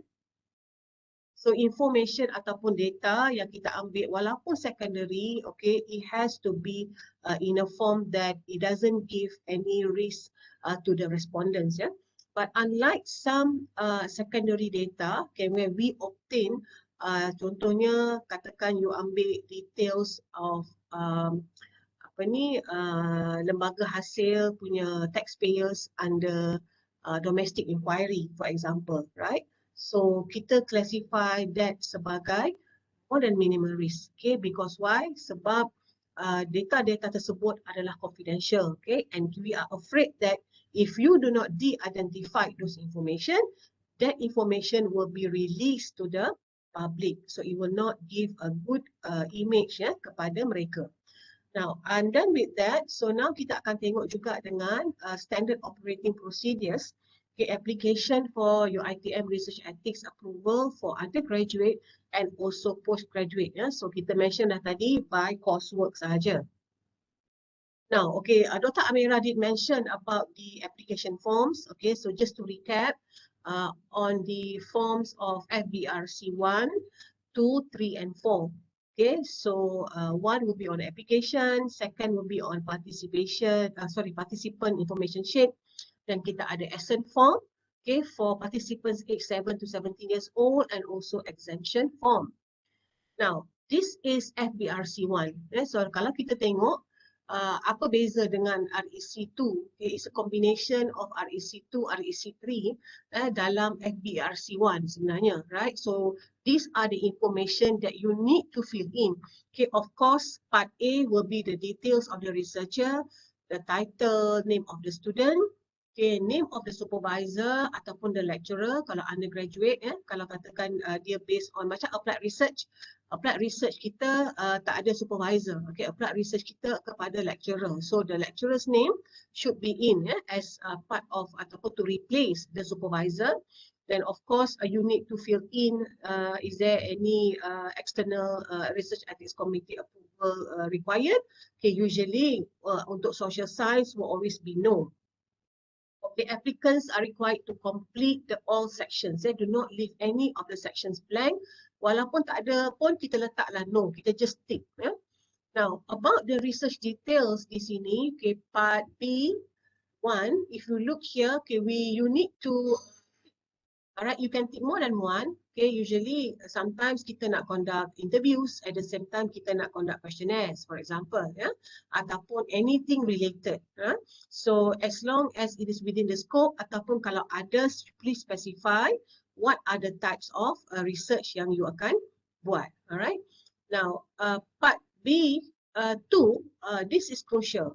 Okay, yang ini penting sangat sebab sometimes kita notice terlalu sedikit dalam dia punya background. Alright, so please ensure that at least background of your study ni is clear enough. Alright, so ada juga pelajar yang letak refer to the proposal. Okay, we do not accept that. So biasanya memang kita tahu one of the requirement is the student must submit the proposal as well. Okay, however, the background of the study ni you have to maybe shorten it. Kalau dalam proposal tu mungkin agak panjang, you need to shorten it and paste it dalam the background of study. Okay, ataupun kita boleh masukkan macam executive summary, okay, as part of under latar belakang tadi lah, under background. Jangan letakkan please refer pada proposal. So yang itu I think so not supposed to be done lah. So you have to put it dalam bentuk executive summary at least. Alright, so problem statement yang ini less than 100 words, sikit saja. Maybe you can just get it from your proposal. Okay, lebih kurang dalam 100 words. Just focus on the important issue of your study that you need to highlight. And of course the references dekat sini, tolong jangan paste semua list yang ada. Right, you have to be selective on the references yang mana you cite sahaja. Whichever that you do not cite in your write-up, please remove. I have come across 2-3 muka surat dia letakkan references, tapi dia punya problem statement 100 je, and the background of study pun dalam 2 paragraph sahaja. So it doesn't make any sense that you just cut and paste all of the references and put it there. So please ensure that only relevant ones sahaja. Okay, then of course you have to put in your research objectives. Okay, objective of your study. What will be the benefits of your study? Okay, tak kira lah benefit kepada organisation, kepada country, kepada academician, kepada policy dan sebagainya. Okay, date of research commencement, that will be biasanya kalau student punya research will be you punya tarikh semester lah. Katakan semester awal ni bermula March, okay, habis in July for example. So that would be the date of commencement and also end. Right, so expected date of initial data collection at least 2 months before submission. As mentioned by Dr. Amira tadi, sekurang-kurangnya kita nak 2 bulan. Kalau sebulan kita takut tak sempat. So if possible, try to submit 2 months before you collect your data. Alright, so of course location of research, where do you conduct your research. Research design as also methodology is important. Kita nak tengok your methodology. How do you collect your data? Okay, the part yang selalu student akan tinggal adalah part 8. That will be inclusion and exclusion criteria. Alright, so bila kita kata inclusion tadi adalah characteristics of your participants. Apa ciri-ciri yang you masukkan untuk mereka menjawab you punya soalan tadi. Okay, adakah mereka daripada, contoh ya, kalau kata you nak tengok about taxpayers tadi, okay, adakah mereka pembayar cukai? So hanya pembayar cukai sahaja yang boleh jadi respondent atau participant to your research. Alright, so other than that, bukan pembayar cukai will be the exclusion criteria. So characteristics that disqualify prospective participants from joining the study. Maknanya yang you tak nak. Alright. So kalau katakan you are looking into gender. Okay, you only look into female sahaja. Contohlah kalau your research. So inclusion will be hanya female. Alright. Exclusion will be male. Okay, so this is important for us to identify who basically will be your respondents and who are those yang you nak ignore ataupun that you are not including them as part of your research. Okay, date should be after REC approval. Okay, as we know, allow at least 2 months interval from the date of complete data submission. Document submission. If completed documents are submitted in September 2021, expected date of initial data collection should be in November. So kita bagi plus minus around 2 months. Alright, so kita continue kepada sample size. Okay, please identify your sample size.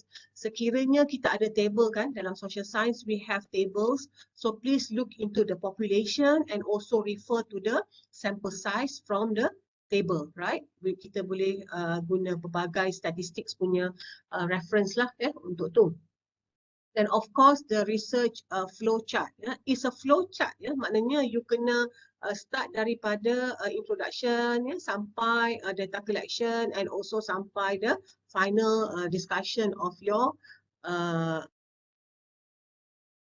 kenapa ada request to share content daripada ni, I decline lah atau siapa pula nak share content. Alright.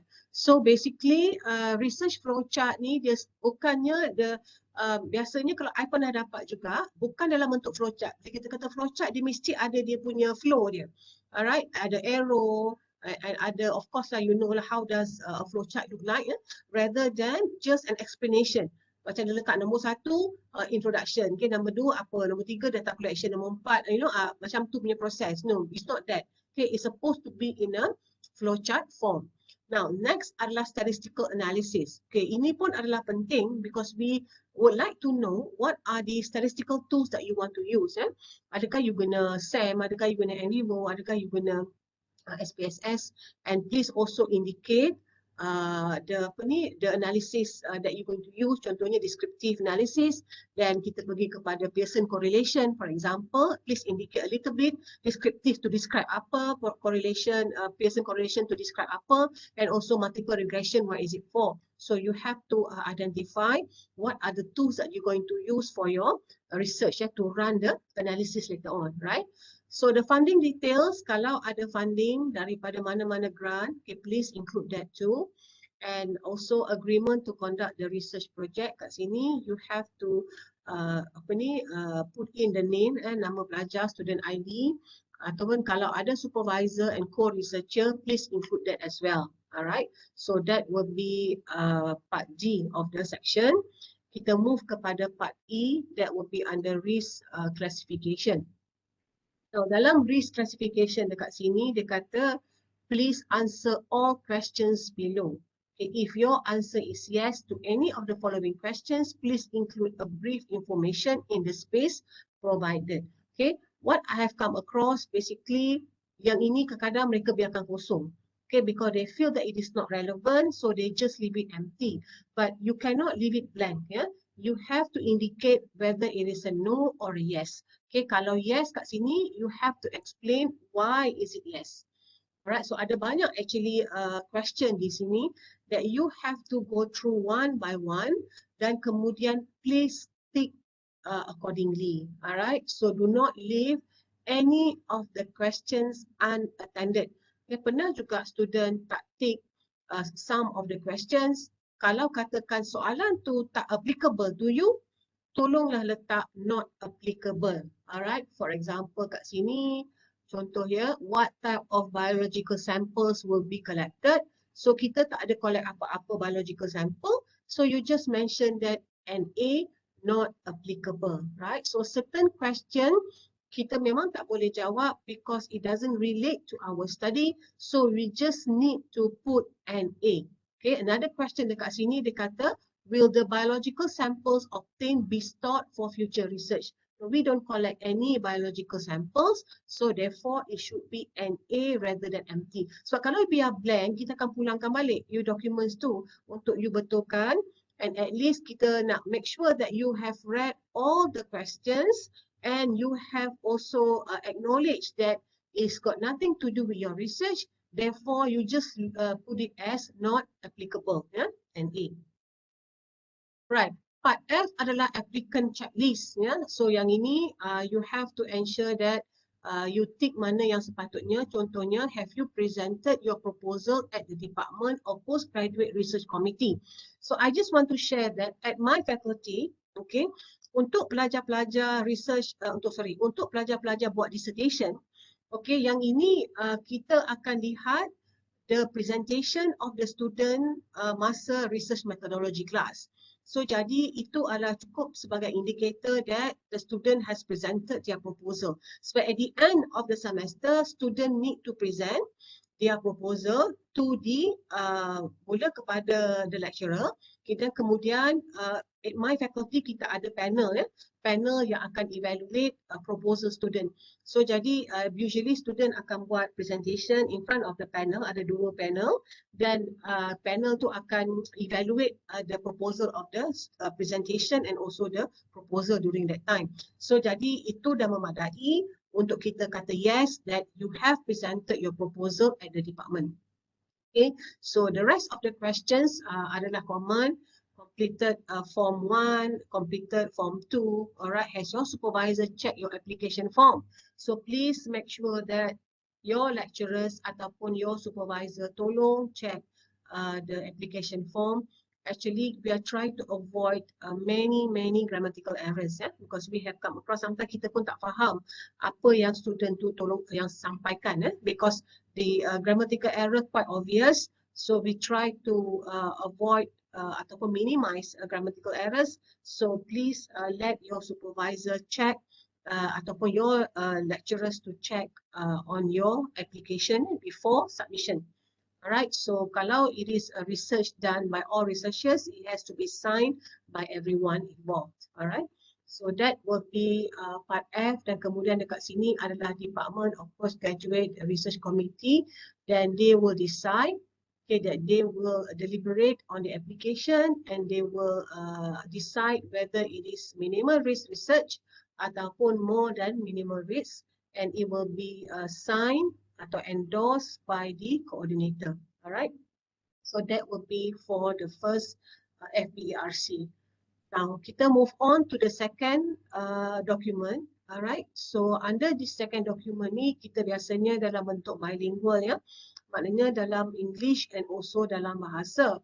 But we also have students yang international students from China, from Maldives dan sebagainya in my faculty. So jadinya kita hanya perlukan English punya apa tu form sahaja, right? So we do not enforce any bahasa atau bilingual form to be submitted. So memadai dengan English sahaja, because we know that they do not know how to translate, and I don't think so that the supervisor will do it on behalf. So jadi memadailah dengan English sahaja. So these are the things yang you have to fill in. Okay, masalah untuk FBRC 2 ni, what I have come across adalah you cut and paste daripada proposal masuk sini juga. Okay, but here it should be using non-expert language. Okay, bila kita kata non-expert language, maknanya bahasa yang mudah difahami oleh semua orang. Alright, so do not use technical term yang menyebabkan responden ni nanti dia tak faham. Alright, what actually that if it is too technical, then the respondents will not understand what actually that you want to do. What is the research is all about?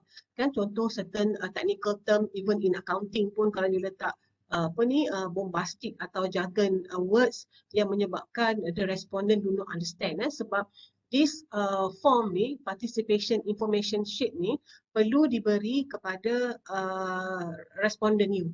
Alright, so your participants tadi perlu lihat, dia perlu sign, bagi consent that dia able to be part of your research work. Alright, so if the participant information sheet is used to explain to the legal guardian, alright, or a minor, okay, phrase sentences using your child instead of you. So jadi it depends on who are you dedicating ataupun directing the form to, ya.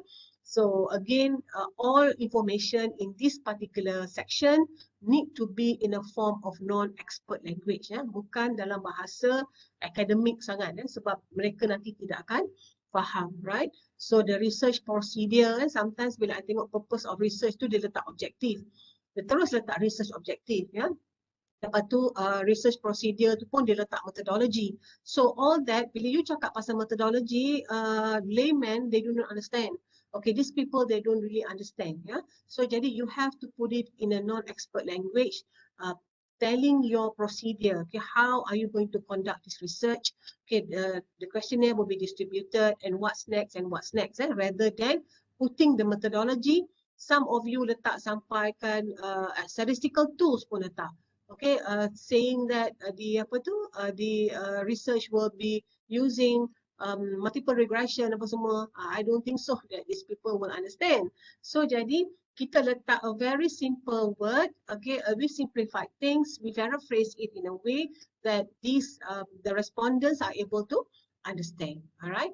So participation in research, of course, it is entirely voluntary. We do not force people to participate. If they do not want to participate, nothing much that we can do about it. Yeah. So benefit of the research, information obtained from this research will benefit the individuals, okay, the researchers, institution and community for the advancement of knowledge and future practice. So kena letaklah okay, apa benefit untuk this particular research. Lepas tu research risk, okay, we move on, we look into research risk, okay, usually kalau it doesn't involve much, kita just letak as minimal risk lah. Alright, and of course confidentiality, so we have to make sure that all information will be kept confidential. Right, we do not disclose those information, right, to the public. Sorry, kita de-identified tadi lah. Alright, so we understand that sometimes when we distribute questionnaires, we do not distribute dalam bentuk hard copy lagi dah macam dulu. Alright, so dulu we have no means of distributing questionnaire except for cari orang, kemudian buat survey, lepas tu minta tolong mereka isi. Alright, but now makin kurang that form of distributing questionnaire is lessened. So jadi kita akan buat dalam bentuk online. Sometimes when we use the Google Doc for us to get all the information there, dan kemudian kita distribute that type of survey. So it's easy for us to monitor ataupun to get the feedback. Okay, now if that is the case, dalam your cover page tadi tu, okay, you have to put this information, ya. Contohnya dekat sini, dia kata if you are using an online survey, please include this statement. Statement tu adalah, by participating in this research, I agree that, in this survey, I agree that number 1 until number 6 to be put in dalam your cover letter. Bila kita hantar question ni through online pun kita akan ada cover letter kan. Telling that what is this research is all about and all that. So don't forget to add that as part of your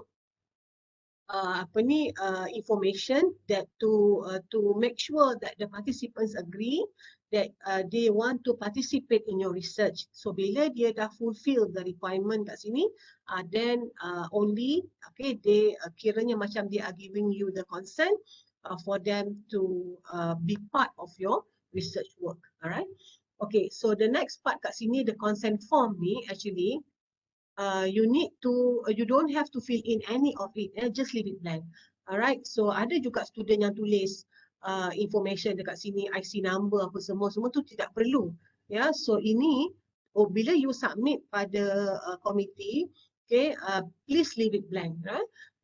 Cumanya this particular part ni will be filled in by your respondent. Okay, bukan you yang isi in advance, ya. So, okay, this is what I mentioned sekejap. Alright, so this will be FBRC 3. Alright, ini adalah Exemption Form. Okay, yang mana tadi, bila your research involves school children, 7 to 17 years old, okay, you need to fill in this form. Alright, so again, this form, memang kita dah simplify actually this form. And of course, when you give your explanation, it has to be as simple as possible. Okay, sebab mereka adalah school children. They don't really understand what is research methodology is all about. Okay, and how do you collect your sample dan sebagainya, itu mereka tak tahu. Okay, so jadi the information that you fill in dalam this form, okay, it has to be bilingual too. Alright, bahasa Melayu dan in English.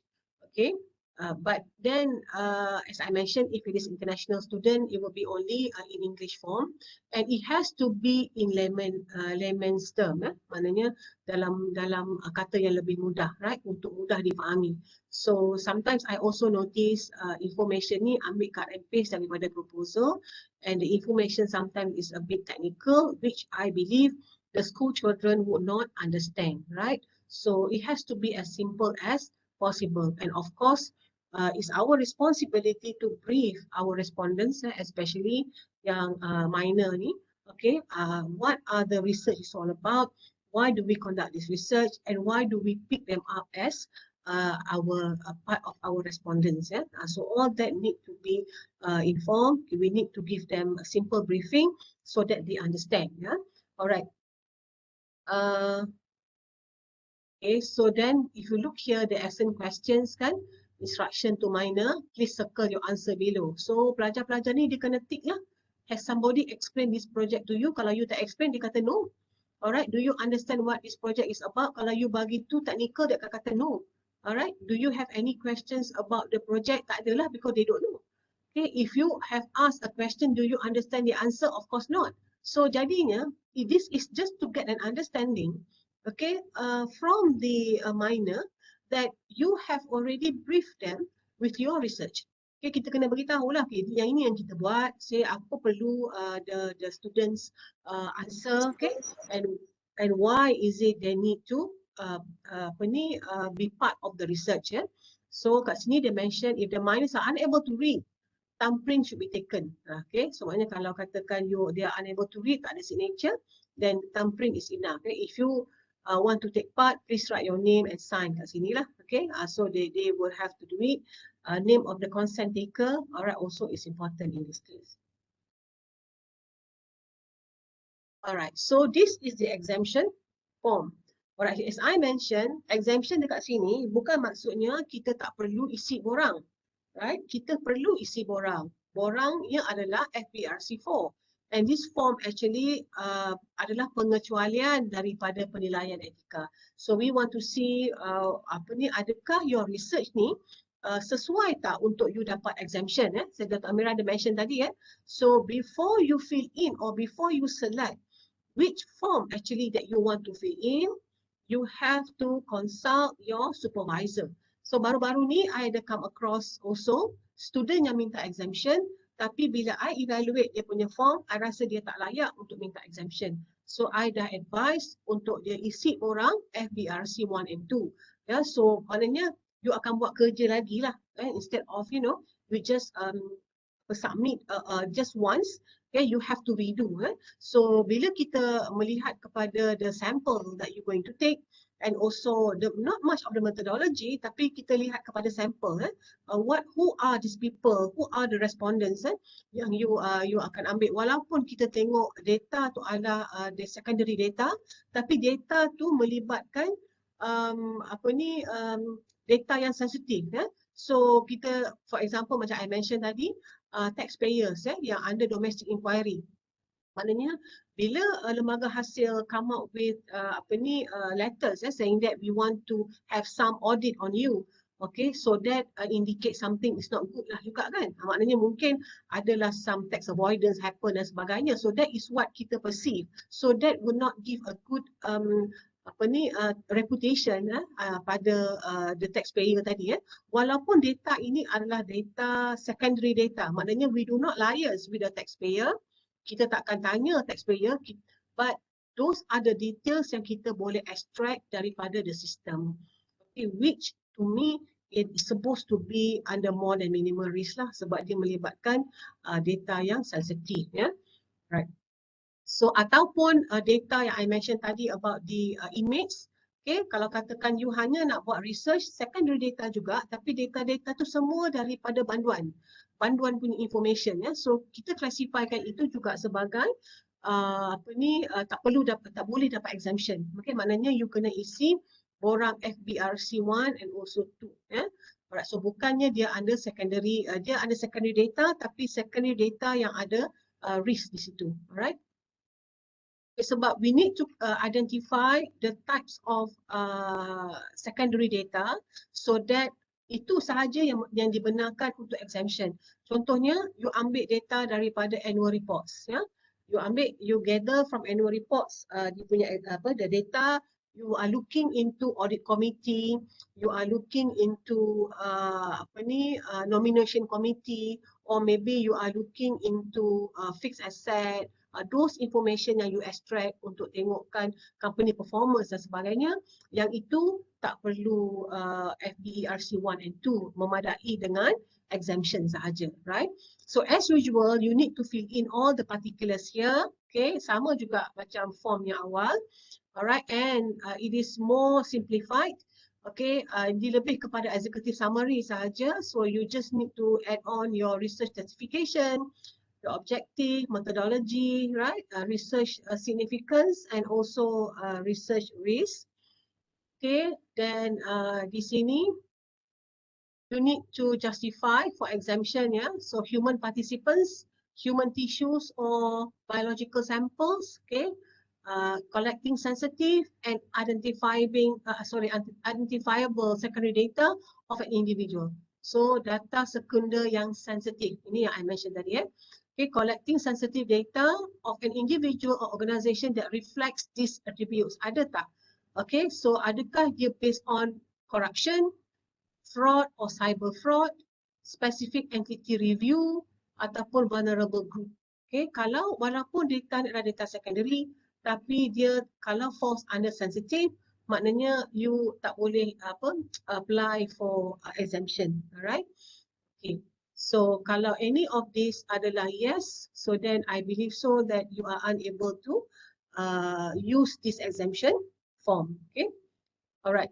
Part C2 will be content analysis. Yang ini you kena identify lah. Maknanya adakah your exemption ni tadi ni, your research will be conducted based on content analysis, meta analysis, ataupun it is a case study. Okay, kalau case study usually dia akan fokus on one company, and please ensure that you dapat kelulusan daripada company tersebut untuk you buat your case study.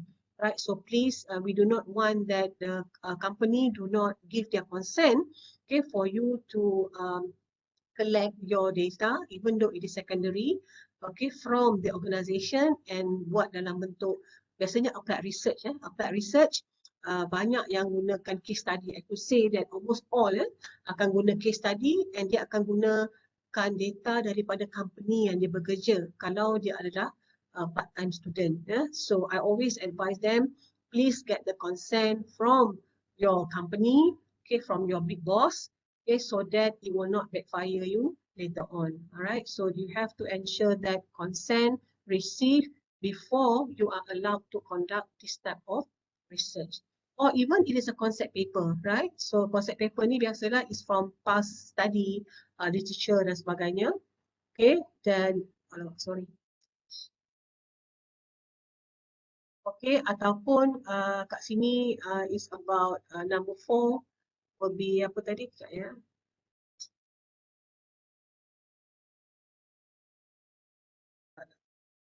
Okay, then sama ada it is observational studies ataupun filming or documentary, quality assurance purposes ataupun others. So setiap satu ni dia ada dia punya description yang mana you have to look at. Macam yang tadi dia ada online vote and consumer, tinjauan pasaran, persepsi, undian dan sebagainya. So you have to tick this to inform the reviewer that this is the methodology that you're going to use. how you going to collect the data. Tadi kita tahu dah secondary data, tapi apakah bentuk secondary data tersebut? Right? Adakah dalam bentuk filming of documentary ataupun quality assurance purposes ataupun dalam bentuk case study and so on. Right, so part D adalah agreement to conduct the research project. Okay, macam biasa, you have to fill in your particulars, your supervisors too. Usually untuk applied research adalah lecturers ya. Kalau kata undergraduate mungkin lecturer juga. Okay, kalau dissertation dia adalah supervisor. So part E will be verification from department yang tadilah. Okay, so once kita dapat the documents, kita review, then it will be endorsed by the postgraduate coordinator. Alright, so again, just to recap, okay, these are the forms that you need to fill in. FBRC 1 will be the application form, 2 will be the consent, 3 will be the assent form, if participants are minors. And to apply for exemption will be FBRC 4. Alright, so again, bila kita dah review your documents, okay, we will look at what are the categories of decisions that we want to give. Okay, it depends on, again, your methodology, your sample, right, and location tadi kan. Okay, so kita akan tengok semua dan kemudian baru kita akan decide, right. Okay, so kalau dia approve, mean that recommend to approve without changes. So no changes is required, you akan dapat approval immediately lah. Alright, conditional approval ada dua. Recommend approval with corrections. Kalau minor amendments 2 minggu, kalau major amendments sebulan. So I heard juga Dr. Amira mention tadi, kalau it is major pun, kalau you boleh buat dalam 1 minggu, why not? Alright, so dia akan mempercepatkan proses untuk mendapat kelulusan at the faculty level. Ataupun kita reject. Okay, bila kita reject ni, data has been collected prior to approval. Maknanya you dah collect data siap-siap, okay, kemudian baru you apply untuk ethical approval ataupun not enough documentation to support the study. Okay, so all this menyebabkan your application will be rejected. But at my faculty so far we have not rejected any, and we will always advise the students to make the corrections as soon as possible. Paling lama seminggu.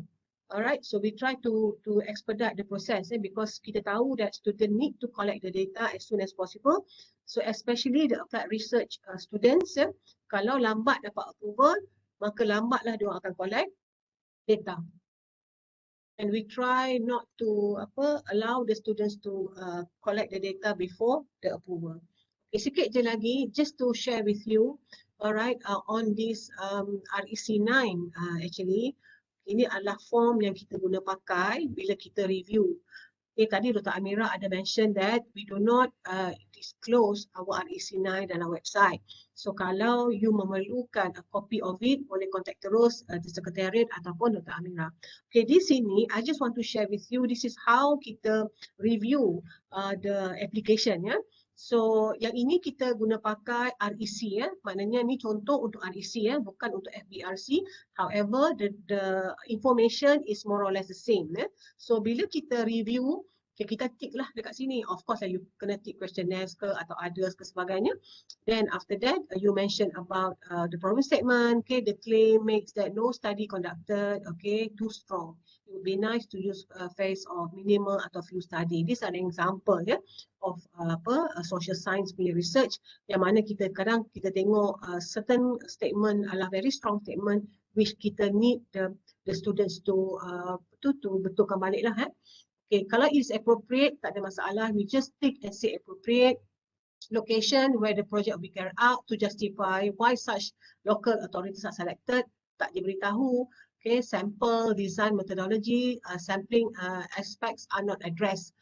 Population tak ada, sample frame tak ada, these are the things. Inclusion and exclusion justifications are needed. Ini I mentioned, selalu dibiarkan kosong, right? Sample size, sample aspects are not addressed. Okay, population, sample frame semua tak ada. Flowchart, okay. Statistical analysis is purely descriptive.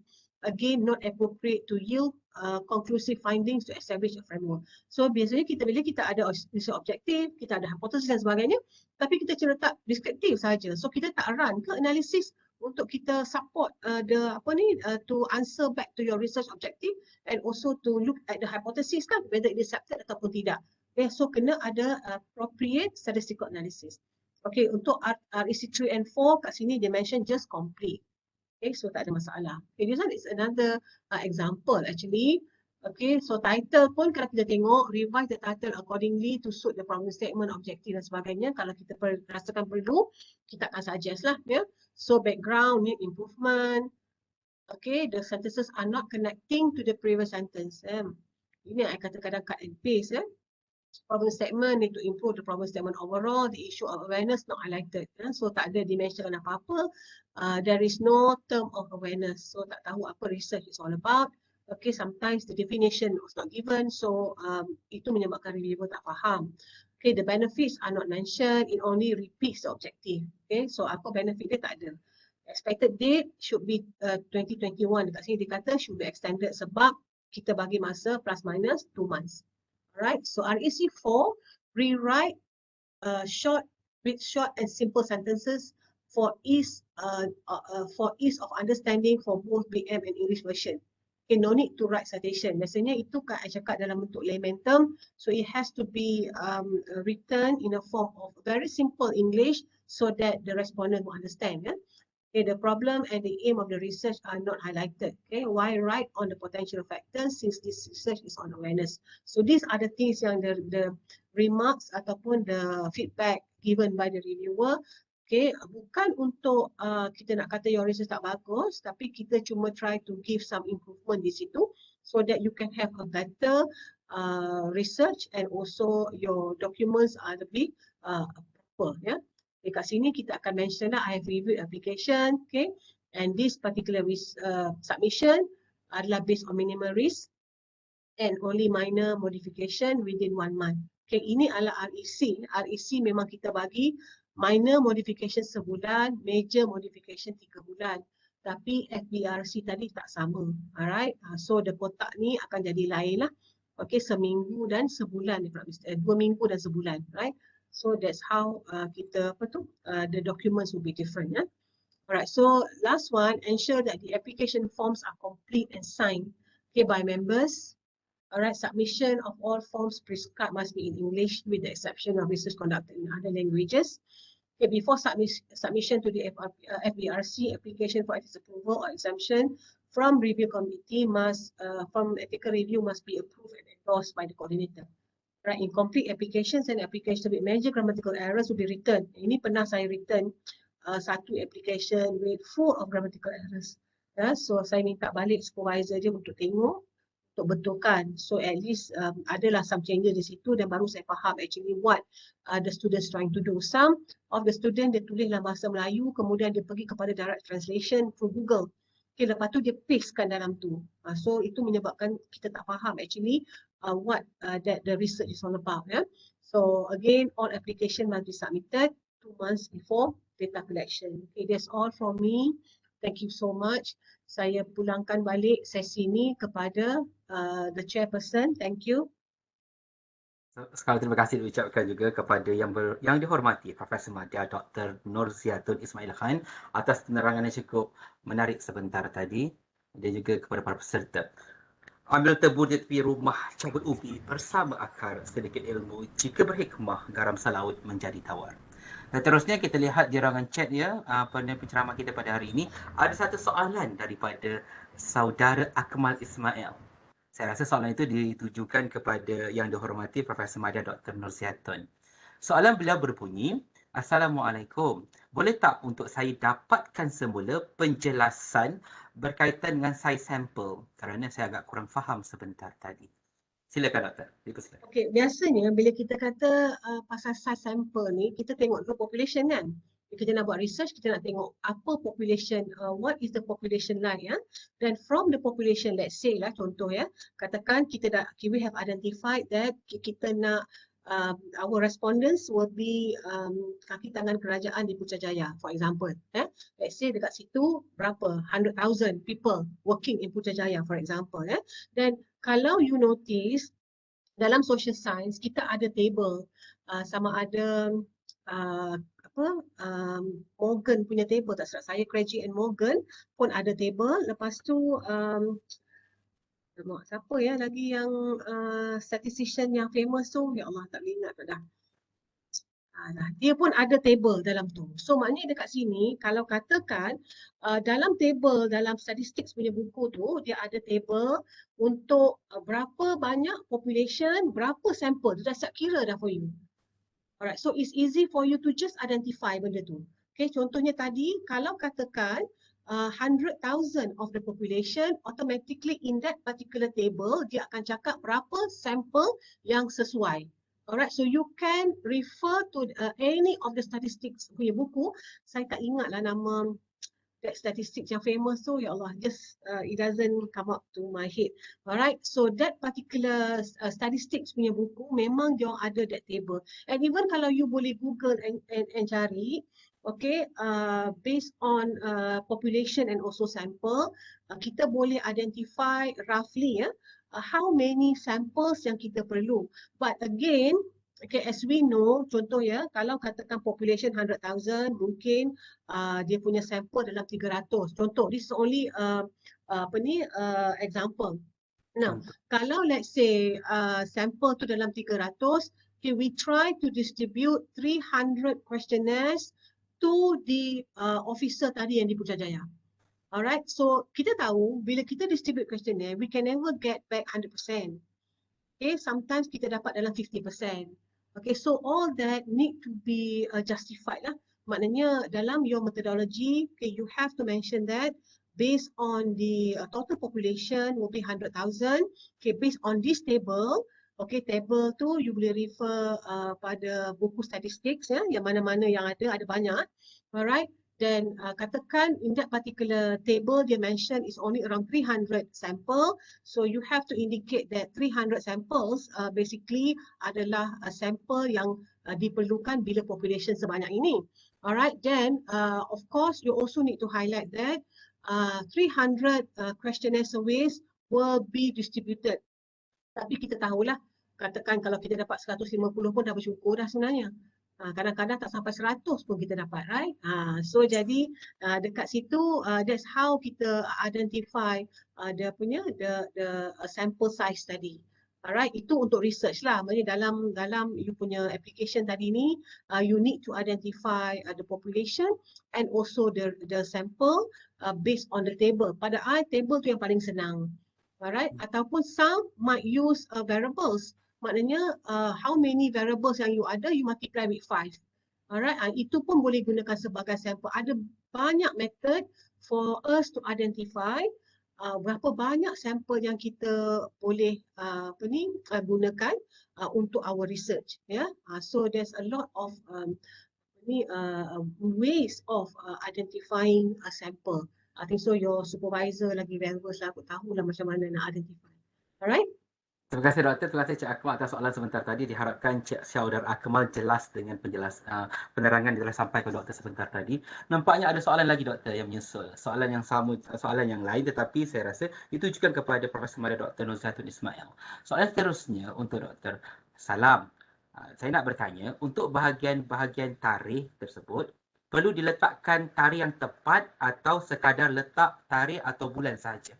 Bulan je. Okay, biasanya I lebih prefer letak bulan je. Bulan lepas tu tahun. So it's easy. Maknanya kalau katakan application tu diluluskan 1 hari bulan 1 kan. So at least macam bila you tak letak tarikh, so it's easy. You boleh guna juga bulan 1 but only after you obtain the approval daripada the branch ataupun daripada UiTM lah. It depends on your application tadi. The month and the year will do. Terima kasih kepada saudara Wan Ashraf Ranci atas soalan sebentar tadi. Diharapkan saudara mendapat kefahaman berdasarkan pada perkongsian doktor. Seterusnya, soalan ini kepada Urus Setia saya rasa. Assalamualaikum, saya ingin bertanya, boleh ke dapatkan recording untuk backup ini? InsyaAllah akan dikongsikan kemudian insyaAllah. Seterusnya, soalan daripada Dr. Fuad dari Seremban 3, jauh di sana. Okey, saya rasa soalan ini adalah untuk Dr. Amirah Abdul Rahman, Coordinator Research Ethics Research. Okay. Soalan Dr. Fuad berbunyi, jika pelajar ISAT tangguh semester, tangguh 1 atau kedua SEM, perlu atau tidak untuk membuat permohonan baru atau boleh guna kelulusan yang telah dimohon sebelum ini? Silakan Dr. Amira. Okey, terima kasih banyak-banyak di atas persoalan tersebut. Pelajar tersebut tangguh SEM, katakanlah dia tangguh 1 sem, tetapi dalam surat kelulusan tu dia menyatakan bahawa validity period of the study is only 6 months. So, sebelum validity period tersebut tamat, mohon pelajar untuk mohon extension daripada kita. Selalunya 3 bulan sebelum tamat lah. Pelajar ataupun supervisor mana-mana boleh mohon. Supervisor pun boleh mohonkan. Tapi sekiranya katakanlah student tu tangguh, dia tidak dia tak semak validity period of the surat kelulusan tu, lepas tu dah lepas pula tu validity period. Katakanlah bulan 3 ni sampai bulan 3 ni sahaja validity period of surat kelulusan tu. Jadi dia naik SEM bulan 4 katakan. Dia kena apply a new application lah. Maksudnya pelajar kena alert lah, kena alert. Pelajar kena alert, Alert dengan supervisor pun notification lah. Tanggungjawab Ya, pelajar betul. juga sebenarnya. Okey, seterusnya sebelum sekadar selingan daripada Pak Bersedia, kalau dapat lihat di ruangan chat, Puan Ainul Bashira Abdul Razak dari PJI telah melampirkan link pautan kehadiran kita pada hari ini. Jadi para peserta diharapkan dapat alert dengan link tersebut dan mengisi dengan segera. Seterusnya ada soalan daripada Dr. Fuad sekali lagi. Saya rasa dia menuju soalan tersebut adalah untuk Profesor Madar Dr. Nurziatul Ismail. Soalan beliau berbunyi, boleh tak kalau kita menggunakan ROSCO untuk sampling selain daripada merujuk kepada Kriji table? ROSCO 175 for which sample size larger than 30 and less than 500 are appropriate for most research. Yang ini saya rasa bersangkutan dengan sampling. Boleh, sebab selain daripada kita guna Project Morgan table, kita boleh guna any daripada mana-mana statistician. Kadang kalau you pakaikan ROSCO pun boleh. Maknanya dalam ROSCO ni dia mention it should be larger than 30, less than 500 pun boleh. So actually untuk kita, we only need to see that you to justify you punya sample size tu saja. Maknanya whichever table yang you guna ataupun whichever statistician yang you refer to, tak ada masalah buat kami. As long as bila you conduct your research, you should be able to get what you want to get lah, maksudnya kan. Tak kisahlah banyak mana sampel yang you dapat bergantung kepada table apa yang you guna. The thing is, bila kita distribute questionnaire, kita rasa that is within the range yang kita boleh accept, then I think so it shouldn't be any problem. Okay. Dan itu kita faham untuk dapat feedback ataupun reply daripada responden tu memanglah agak susah, especially bila sebab I come across soalan yang research yang I buat berkaitan dengan fraud and corruption. Memang susah nak dapat responden. Patut kadang dia orang jawab halfway saja, dia orang tak complete. So benda tu semua kena buang lah, tak boleh guna kan. So even though kita tak lengkap kan. So kita ada phases of research punya distribution of questionnaire tu, nanti kita dapat dalam lebih kurang 90 lebih je.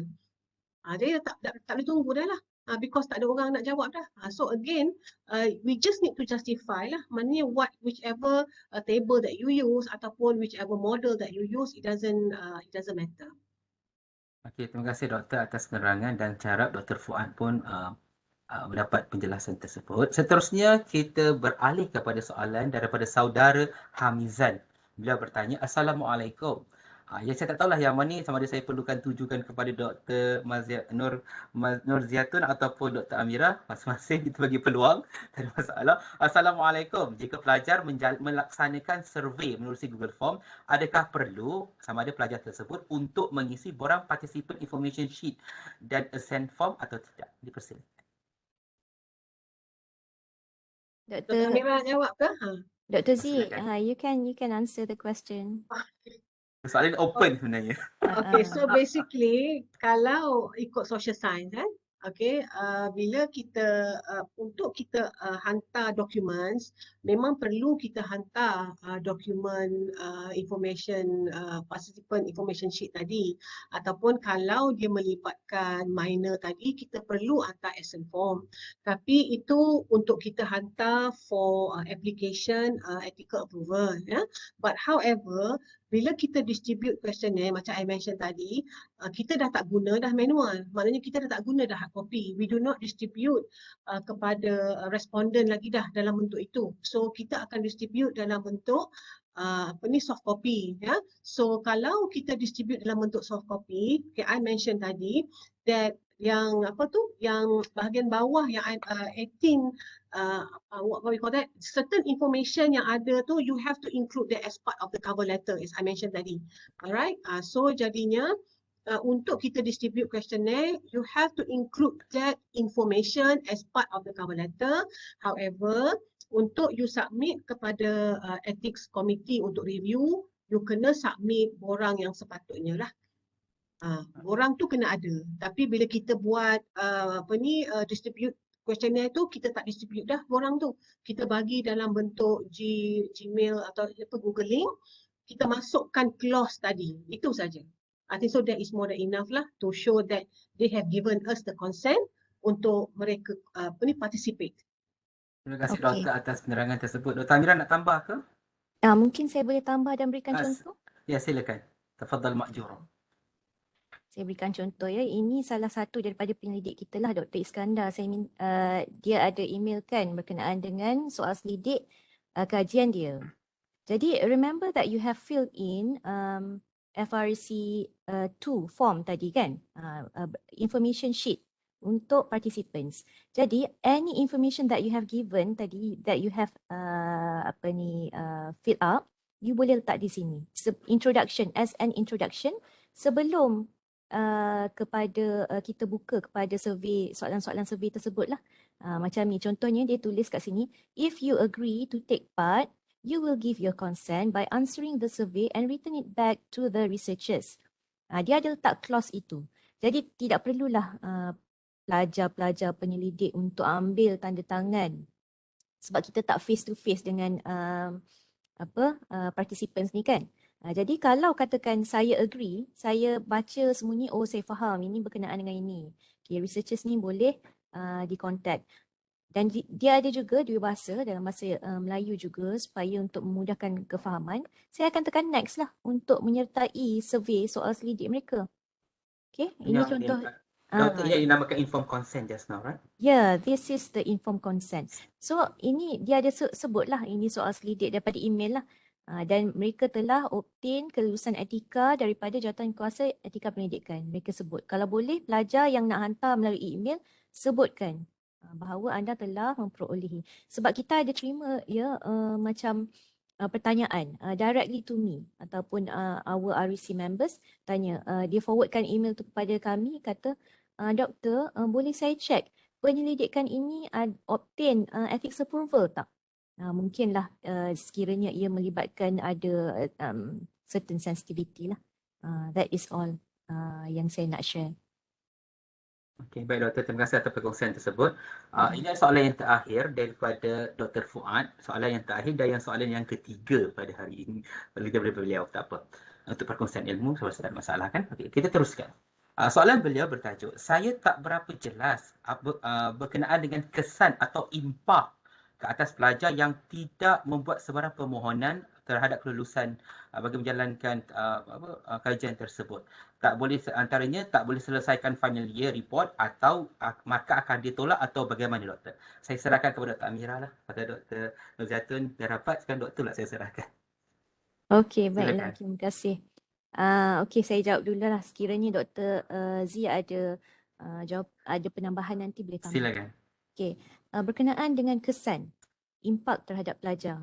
Setakat ni kita tiadalah menurunkan apa-apa penalty terhadap pelajar. Tiada ya untuk pelajar-pelajar. Tapi untuk pelajar postgraduate, sebelum ni kita adakan satu sesi perbincangan bersama-sama dengan dekan EPSIS. Jadi dekan menyatakan bahawa pelajar postgraduate yang tidak apply for ethics approval tidak boleh grad.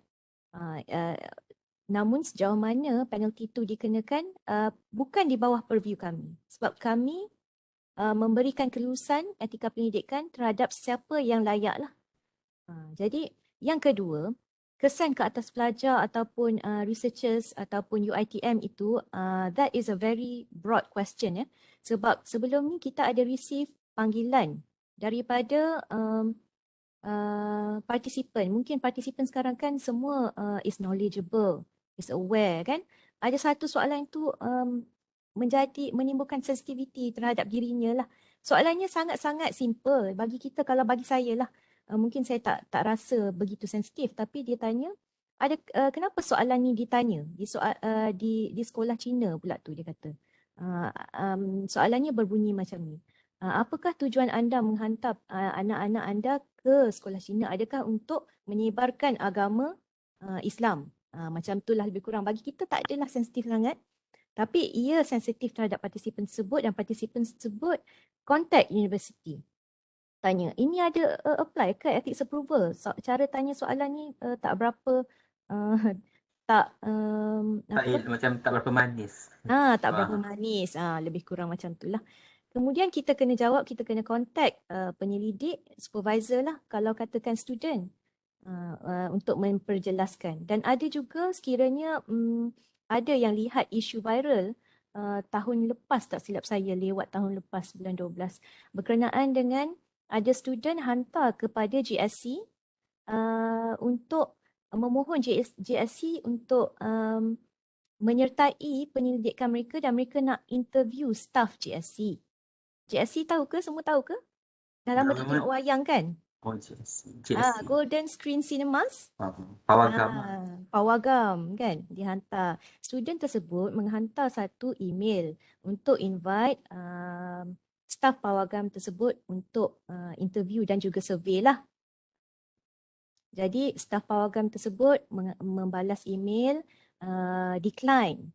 Mereka decline, cakap mohon maaf kami tiada masa. Lebih kurang macam itulah untuk menyertai soal sidik tersebut, tetapi we wish you all the best. Kemudian pelajar tersebut hantar semula kepada staff tersebut menyatakan something like this. Kenapa sombong sangat? Saya filter sikit lah apa yang dinyatakan. Begitu sombong, tak nak menyertai dan sokong penyelidikan kami, dia kata. Kemudian dia kata, saya tak akan pergi dah dekat JAC. Macam itulah. Yelah, zaman sekarang ni semua nak viral. Jadi mereka telah snapshot dan hantar ke satu grup Facebook yang berunsurkan akademik lah. Jadi daripada situ jadilah pula isu besar kerana pelajar tersebut tidak menjalankan ataupun tidak melakukan pendidikan mereka secara beretika. That is one of the ethics aspects. Jadi ini amat penting untuk pelajar-pelajar daripada undergraduate sehinggalah postgraduate untuk menitik beratkan soal etika pendidikan, dan diharap dengan cara ini kita boleh menitik beratkan soal-soal etika lah terhadap pelajar-pelajar yang berkaitan. Okey, itu daripada saya lah. Mungkin Dr. Z nak tambah apa-apa? Silakan Doktor. Okay, on my perspective pula, kalau di faculty untuk postgraduate student lah ya, sebab kita tak ada undergraduate ya. So maksud I bukan tak ada undergraduate yang buat research. Okay, so the thing is kita akan pastikan pelajar bila dia submit dia punya dissertation tu, dia kena submit sekali ethical approval daripada faculty ataupun daripada UiTM. Okay, untuk make sure that mereka dah berjaya dapat approval semasa menjalankan research lah. Alright, so this is what yang kita praktikkan lah di faculty untuk mengelakkan daripada benda macam ini lah, maknanya student tak apply dan kemudian they feel that it's okay not to apply because it doesn't give any impact to them. Tak ada penalty, tak ada apa kan. Tapi later on information tu kadang-kadang kita nak publish kan for publication. So jadi kalau tak dapat ethical approval, sometimes kita tengok dalam journal akan minta is there any ethical approval obtained kan? Some journals they will request for that, so you have to upload the evidence saying that you have obtained the ethical approval kan? Okay, so I think so that is one of the important points kat sini lah, yang mana pelajar you all have to apply for the ethical punya approval. And untuk kita sebagai pensyarah pun, kalau kita nak publish later on, kita dah ada evidence that the documents ataupun the dissertation atau the research has been approved by respective sama ada at faculty level ataupun at the UiTM level. Dan saya kira salah satu kita bagi safeguard safeguard lah regarding to the Yes, to application safeguard. data lah, safeguard Ya, betul. Okey, saya kira itu soalan yang terakhir pada hari ini kerana masa pun semakin mencemburu kita. Kalau ada loceng, takut tikus kerana kucing, takut saya kena loceng. Tapi loceng tak ada hari ini. Okey, nampaknya itu soalan yang terakhir daripada Dr. Fuad. Dan terima kasih juga kepada yang dihormati Dr. Amira dan juga yang dihormati juga Profesor Madia Dr. Noziatul Ismail. Majlis merakamkan sekalian terima kasih dan setinggi penghargaan kepada semua warga peserta kita pada hari ini. Khususnya buat para panel pembicara kita yang cukup bertenaga, yang telah berkongsi segala pengalaman, pengetahuan dan ilmu yang tiada terbalas kepada ini dan bagi menjayakan majlis ilmu kita pada hari ini dan juga mengimarahkan majlis kita pada petang ini. Sebelum itu, saya mohon kerjasama daripada semua peserta untuk mengisi borang kehadiran peserta bagi menambahkan tujuan jam latihan beserta dengan maklum balas program yang telah disediakan di ruangan chat pada hari ini. Hadirin hadirat yang dimuliakan, tampaknya tanpa kita sedari majlis kita pada hari ini sudah pun mahu melakukan tirainya. Tapi sebelum itu, sebagai rakaman lensa peristiwa, saya mohon kerjasama daripada semua peserta, termasuklah panel berbicara untuk open kamera masing-masing. Kita buka kamera bagi sama-sama untuk merakam foto gambar pada hari ini untuk tujuan legasi kenang-kenangan sama kita. Dipersilakan. Mohon pihak urus setia untuk membantu. Sesi fotografi. Lebarkan senyuman anda. Ni Ahad ni dalam puasa ni.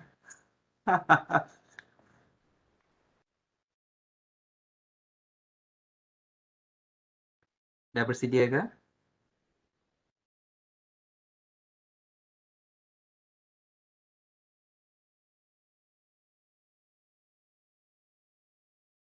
Pihak urus setia?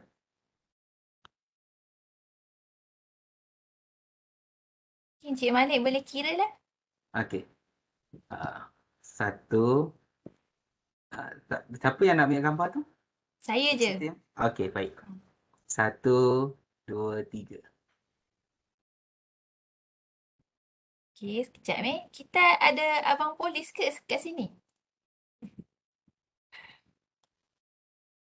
Sekejap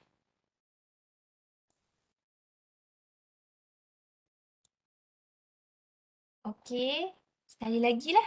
Sekali lagi. 1, 2, 3.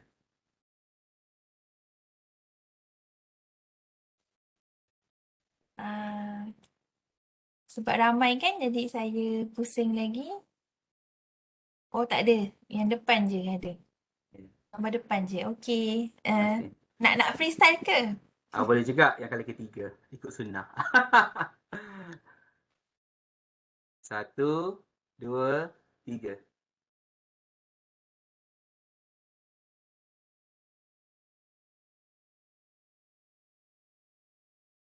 Okey.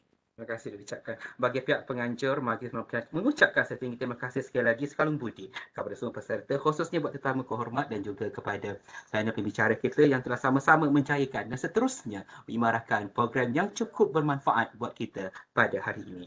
Bunga seroja di atas para, jatuh ditimpa, buah perangan, andai kata, tersilap bicara, kemajuan kami pohonkan.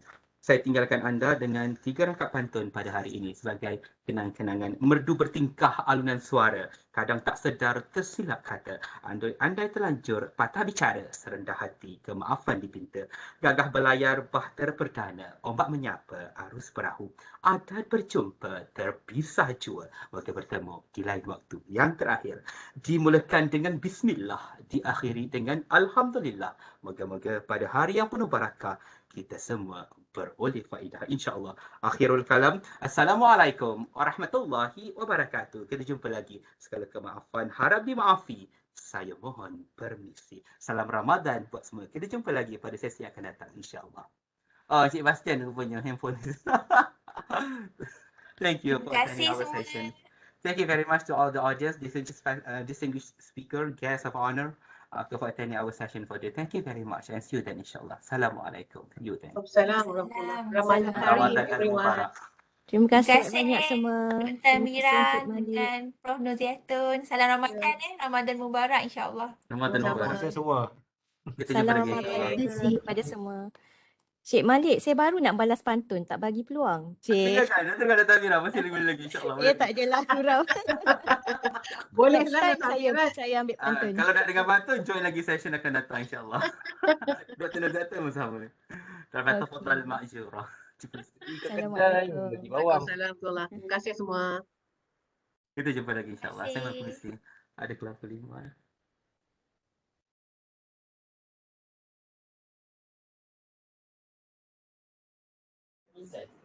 Oh berat. Belakang tu nak kena bersihkan tau.